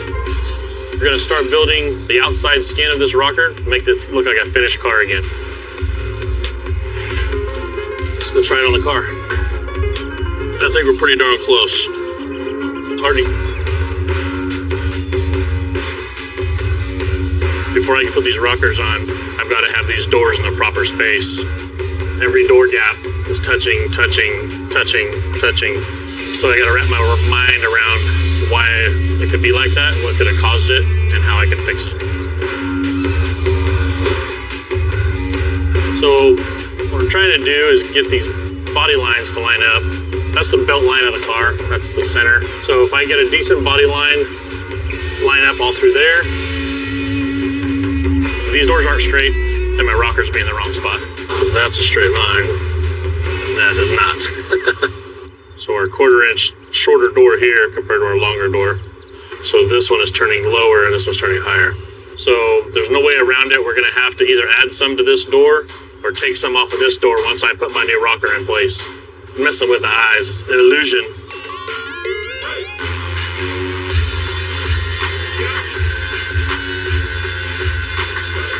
These cars are all coach built. They're all built by hand, usually by a couple of guys at one time back in the day. So I'm going to put my new rocker in place straight, with the body lines straight, gapped at the top, and then we'll have to adjust these door gaps on the bottom with cutting and adding. All right. Now we got it clamped in. Fits good. I'll do this exact thing 3 more times. You know, a few years back, I built my own Baja truck out of an old wrecked F-150, and I've had a lot of fun with it. Turning this 22 F-350 into a Raptor, you know, that means giving him that Baja look, but still being able to let him tow whatever he wants. I got my measurements of where the bags need to sit on the axle. Then I'm going to tack some spacers together so the bag is simulated at ride height. So I know the lower bag mount's perfectly centered under the upper bag mount. Everything's where it needs to be. All I need to do is make mounts from the lower bag mounts to the axle and from the upper bag mount up to the frame. Oh man, this is just the way to go. I mean, to get rid of the leaf springs. You can put whatever weight you want on it and it's going to squat the truck. You just air it right up a little bit and you're riding at the same ride height and still riding on air.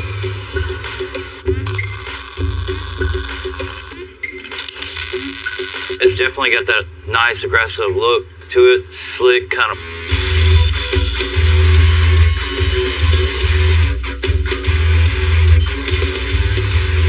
I kind of want to replicate some little shock coupe kind of Baja style, so we'll connect it back to the frame so everything will be one piece and it'll look really cool. So when you're looking in that big old fender well, you'll see some nice tube work in it. It's just going to give it that Baja style. Man, the tubular upper bag mount looks really, really good. Nice and strong. 1.5 schedule 80. It's not going anywhere. You know, a couple things left is I'm going to take our bag spacers out, bottom the rear end all the way out, and then we're going to build our shock mounts. We got our upper shock mount made, so all we're going to do is place our tabs on the rear end itself, shop mounts are done. You know, we ain't doing all this just to ride around the streets in New Jersey. It's definitely made to do whatever punishment he's gonna put it through, this is gonna take it. Last part of the suspension is the panhard bar itself. You know, we don't have any leaf springs anymore to keep the rear end from going side to side. So that's exactly what a panhard bar does. It's a hard mount from the frame itself over to the axle.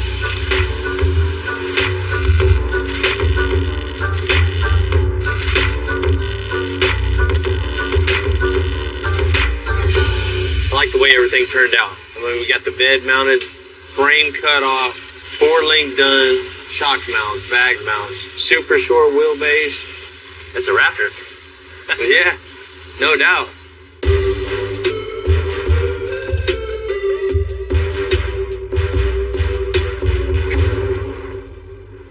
Hey, good morning, Carmen. What's happening? Good morning, Bill. How are you? Man, doing good, doing good. I heard you wanted to have a little talk this morning. It was more of an ask than a talk about. Hopefully you can make some magic. I wasn't able to have a sunroof in the truck. Right. And my kid has a Platinum Series 1, and he has a sunroof. It's super easy to put a sunroof in it. We can cut a hole and just drop a roof in it for you, no problem. Yeah, but I want a real Ford panoramic sunroof. Oh, you want the factory roof installed in your truck? Man, that's... You push the button, it works just like factory. You know, that's a little more involved than just cutting a hole and dropping a sunroof in for sure. I want what I want. I really do. Hey, you want what you want, right? It's labor intensive. Cool. Thank you. Thank you so man. much. Is there anything else? If you really want me to say, I appreciate it. Yeah, man. I'll talk to you later. Man, you got some work to do, buddy.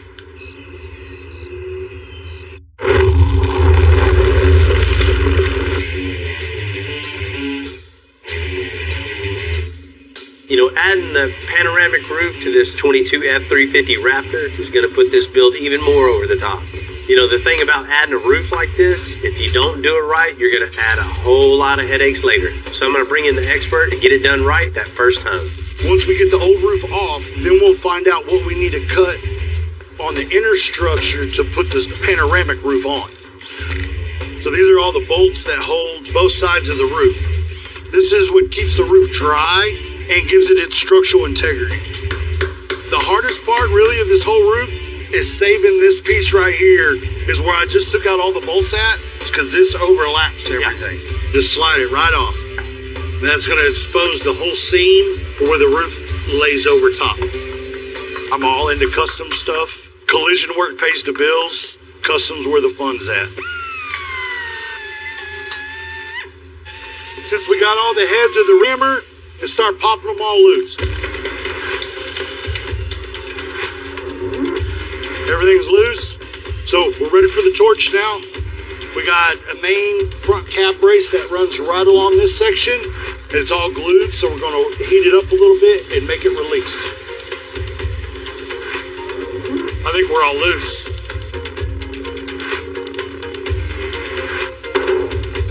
All right, we're loose.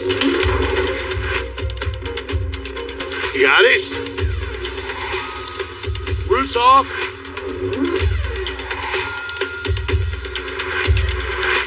All right, we got our new roof skin with the panoramic hole cut out in it. We're going to prep all of our edges now.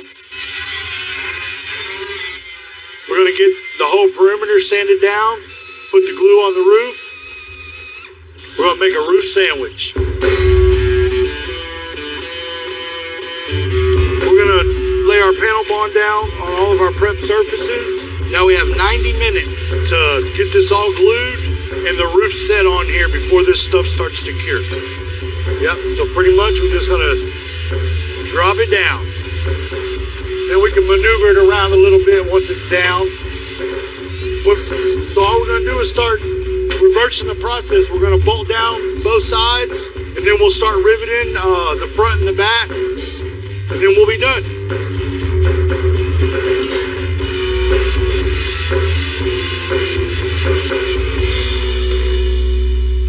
All right, now all the bolts are in. We need to drill 6 holes and set 6 rivets 3 down each back of the cap corner.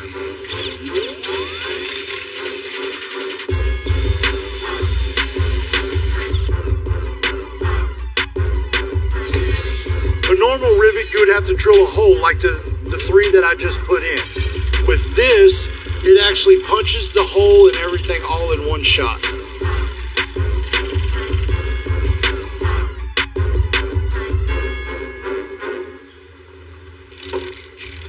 Then you got it, huh? Yeah, we're done. Went really easy. So this is to factory spec? Yes. It has all the glue, all the rivets, just like they did from the factory. That's exactly what we needed, man. I appreciate that. It looks real good. Now it's ready for paint. Yeah, it is. Shoot, no body work, no nothing. No body work. The only thing you need to do is run a little bead of seam sealer right down this little piece and then squirt it. Man, yeah.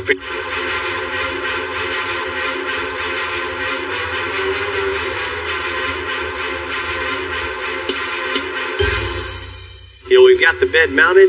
Now it's time for those new bed sides. We have the factory F-150 bed. It's super short, 5.5-foot bed. So we're going to cut basically the perimeter all the way around, remove the factory bed side, and replace it with the fiberglass. See the factory bed side, and you see the mean, wide look. It's gonna look good. It's gonna look tough.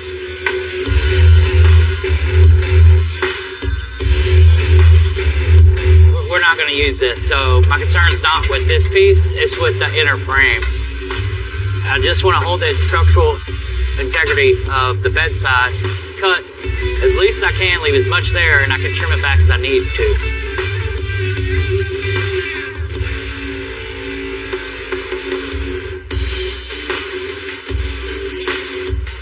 Let's see. Man, it looks good, man. It looks good. I'm ready to see it on the truck. You alright? Well, shoot, let's spin it around, throw it on the truck, see what it looks like. That's it. Okay, so now we got our bed sides on. Now we gotta connect this void right here. So what I'm basically gonna do is make a filler for all the way into here. But before I start, I gotta go ahead and cut this excess off right here so I can stretch my filler all the way over to the bed side.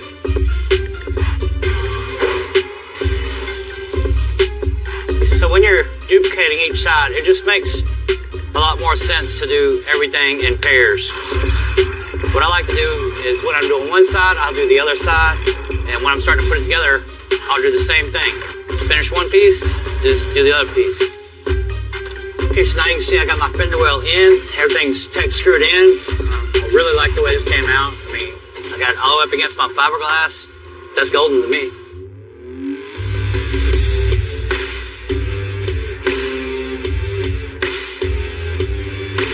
With the front rockers done on that 64 rolls, Cisco's going to move on to that toughest part to rebuild, that dog leg. It's got a couple of compound curves. It curves outways and inways at the same time. So there's going to be a transition of this round flare coming in like this and disappearing, but also transitioning into a reverse curve of this rocker. In 16 and 18 gauge for the rockers, but for this complicated piece, got a lot of bends and turns. I'm going to switch up to 20 gauge. It's a little thinner, a little easier to work with, but since it's so small, it's going to be so curvy, it'll still be strong.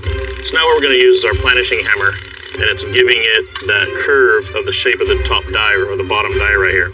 Sounds pretty violent, but it's not that bad.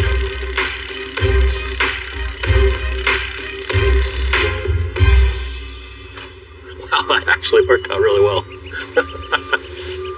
So now I can go ahead and mark this door edge where I want it to be at now.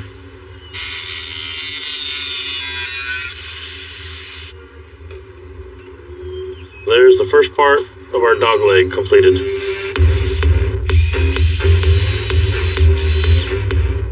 So now these clegos will hold this in place in placement of a screw or a sheet metal screw or something like that. Doesn't leave any burrs, so when you go to take them off, run your hand over it, you don't slice your hands up. But they'll hold this in place now, while I can go ahead and fabricate this last piece here. So I think I'm going to start with a piece of metal, shaped about like this. So this is a perfect example of when you're doing custom work, there's no man put part A and slot B. It's just try it, make it work. If it doesn't fit, try it again. You always got to cut it big, work your way small, get you a bunch of little pieces cutting off every single time. Ow. And that there is why I have black thumbs. So we're pretty close right there. I built the radius into this panel now instead of building into this. So now I can trim this edge and butt it right up against that, and my panel will have a nice rounded edge. So sometimes when building these little pieces like this, you kind of just have to let the metal talk to you, let it tell you where it wants to be. You can kind of force it, but sometimes you'll be fighting something for 1/8 of an inch, and 99% of the time that 1/8 of an inch isn't going to matter on which panel you put it on.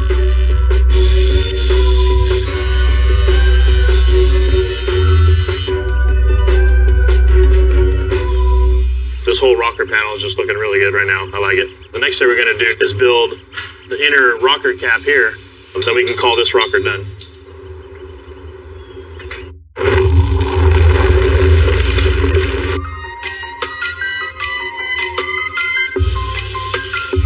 Hardest part with all the curves and contours, and it takes years to build up your craft and have nobody notice what's been done. So the skill level involved in building some of this stuff is learned by making a lot of mistakes. I've messed up a lot more things than most people have even built. A lot of self-schooling. There's been some training here and there. I've taken a couple of classes to learn a lot of the finite stuff, but for the most part, it's just trial and error and a lot of error.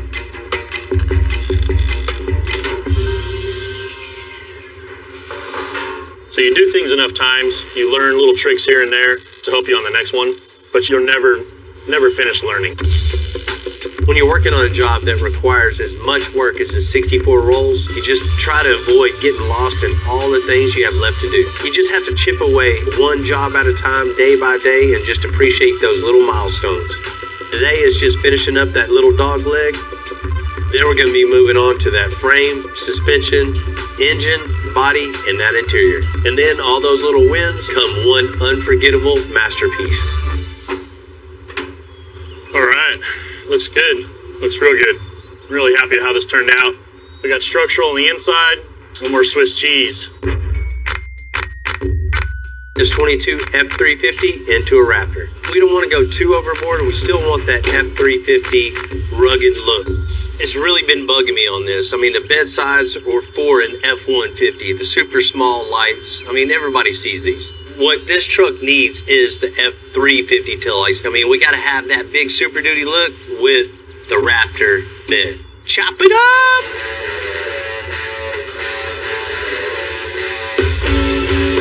So we're going to modify this to accept the big heavy-duty taillight. That's right there. Pretty much gonna try to save the design right here, right? Yeah, we're gonna take this and scoot it down. We're trying to minimize as much cutting as possible, so we're just gonna take sections out of this and save parts and pieces and try to make it fit around the 350 taillight. I'm fascinated how we're gonna put those new lights in here because nobody really has done that. And I mean, we always have to upgrade around here. Bigger truck, bigger tail lights, it's gonna look great. We're gonna make it work. Hell yeah. We'll do fiberglass work over it and then the final body work. Look, we're gonna install a new front bumper. So I'm gonna go ahead and take off the old bumper brackets and make some new ones for this bumper.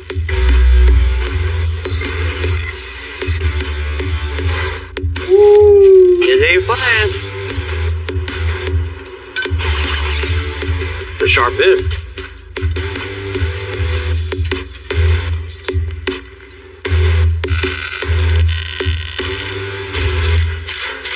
Man, it fits good, it looks good. Yeah. But we got a problem. What's that? We got these big, wide front fenders on it, and this just isn't gonna work. We need to bring this out, make this look like it's not an afterthought, right? So let's get the bumper off. Let's split this right here. Okay. And then we got a nice spot to build off of. That's gonna be weird too. That's where he's going. the same width right here as this. Get the bumper all the way out here on the edge so it doesn't look like it's off of 3 different trucks, right? We want to make it look like it's one cohesive unit.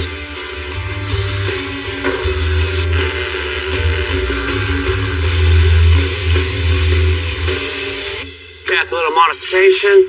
Bumper stretched a little bit. Look, perfect. Now, off the powder coat. Oh my God, it's just popped. Ready to switch off? Yes. I love working with Boston. I had a shop on my property when he was born, and my wife would bring him out to the shop. He would hang out with me, pick up every tool that was on the ground, to the point where he was welding at 5 years old. He could use my brakes. He could use the tubing bender. He built a bicycle at 7 years old. Like he does here, if I need to hold something, have him weld it. He was my third hand all the time, even as a little kid. He literally just turned 15 this last weekend. He comes home from school, he'd go out on the back porch, work on his own truck until dark, and he's hanging lights so he can keep working into the night, you know. He's like, Dad, I got all my wheel wells cut out, or I got my frame taken off, or I got my suspension, or I took the dash out. I'm just like, that was a running car earlier, and now you got it all torn apart. He's like, yeah, but I'm going to customize it. I'm going to build a new dash. I'm going to build a roll cage in it. I'm just like, okay, that's awesome. Like, I can't wait. It's me at 15 years old, except he's got 10 years experience before me. It's going to be pretty amazing to see what he can build, what he can become in the next 10 years.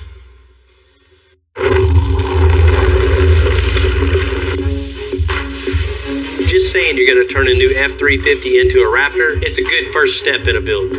But making it look like it came from the factory like that is a whole nother thing. Just looking at this thing, it's starting to come together. You know, I'm starting to see the picture that Bill has is the 350 Raptor now. We body worked and color matched all the parts that we installed on the bed. And added the tire rack. No scratchy. Once we put this rack in, it's really going to give it that Baja look, that Baja feel. When we throw those pair of tires in there, it's definitely going to set it off. I love that. All those final details added up. Now it's time to give it back. Carlo, what's happening? How are you? How you doing, man? Good. I know meeting the East Coast Italian out here in an empty field might be a little sketchy. Might be sketchy for you. I'll be fine. Well, I got something for you, man. I'm dying to see it. Well, let's see it. Let's see it. Jamie! Wow, that thing looks great.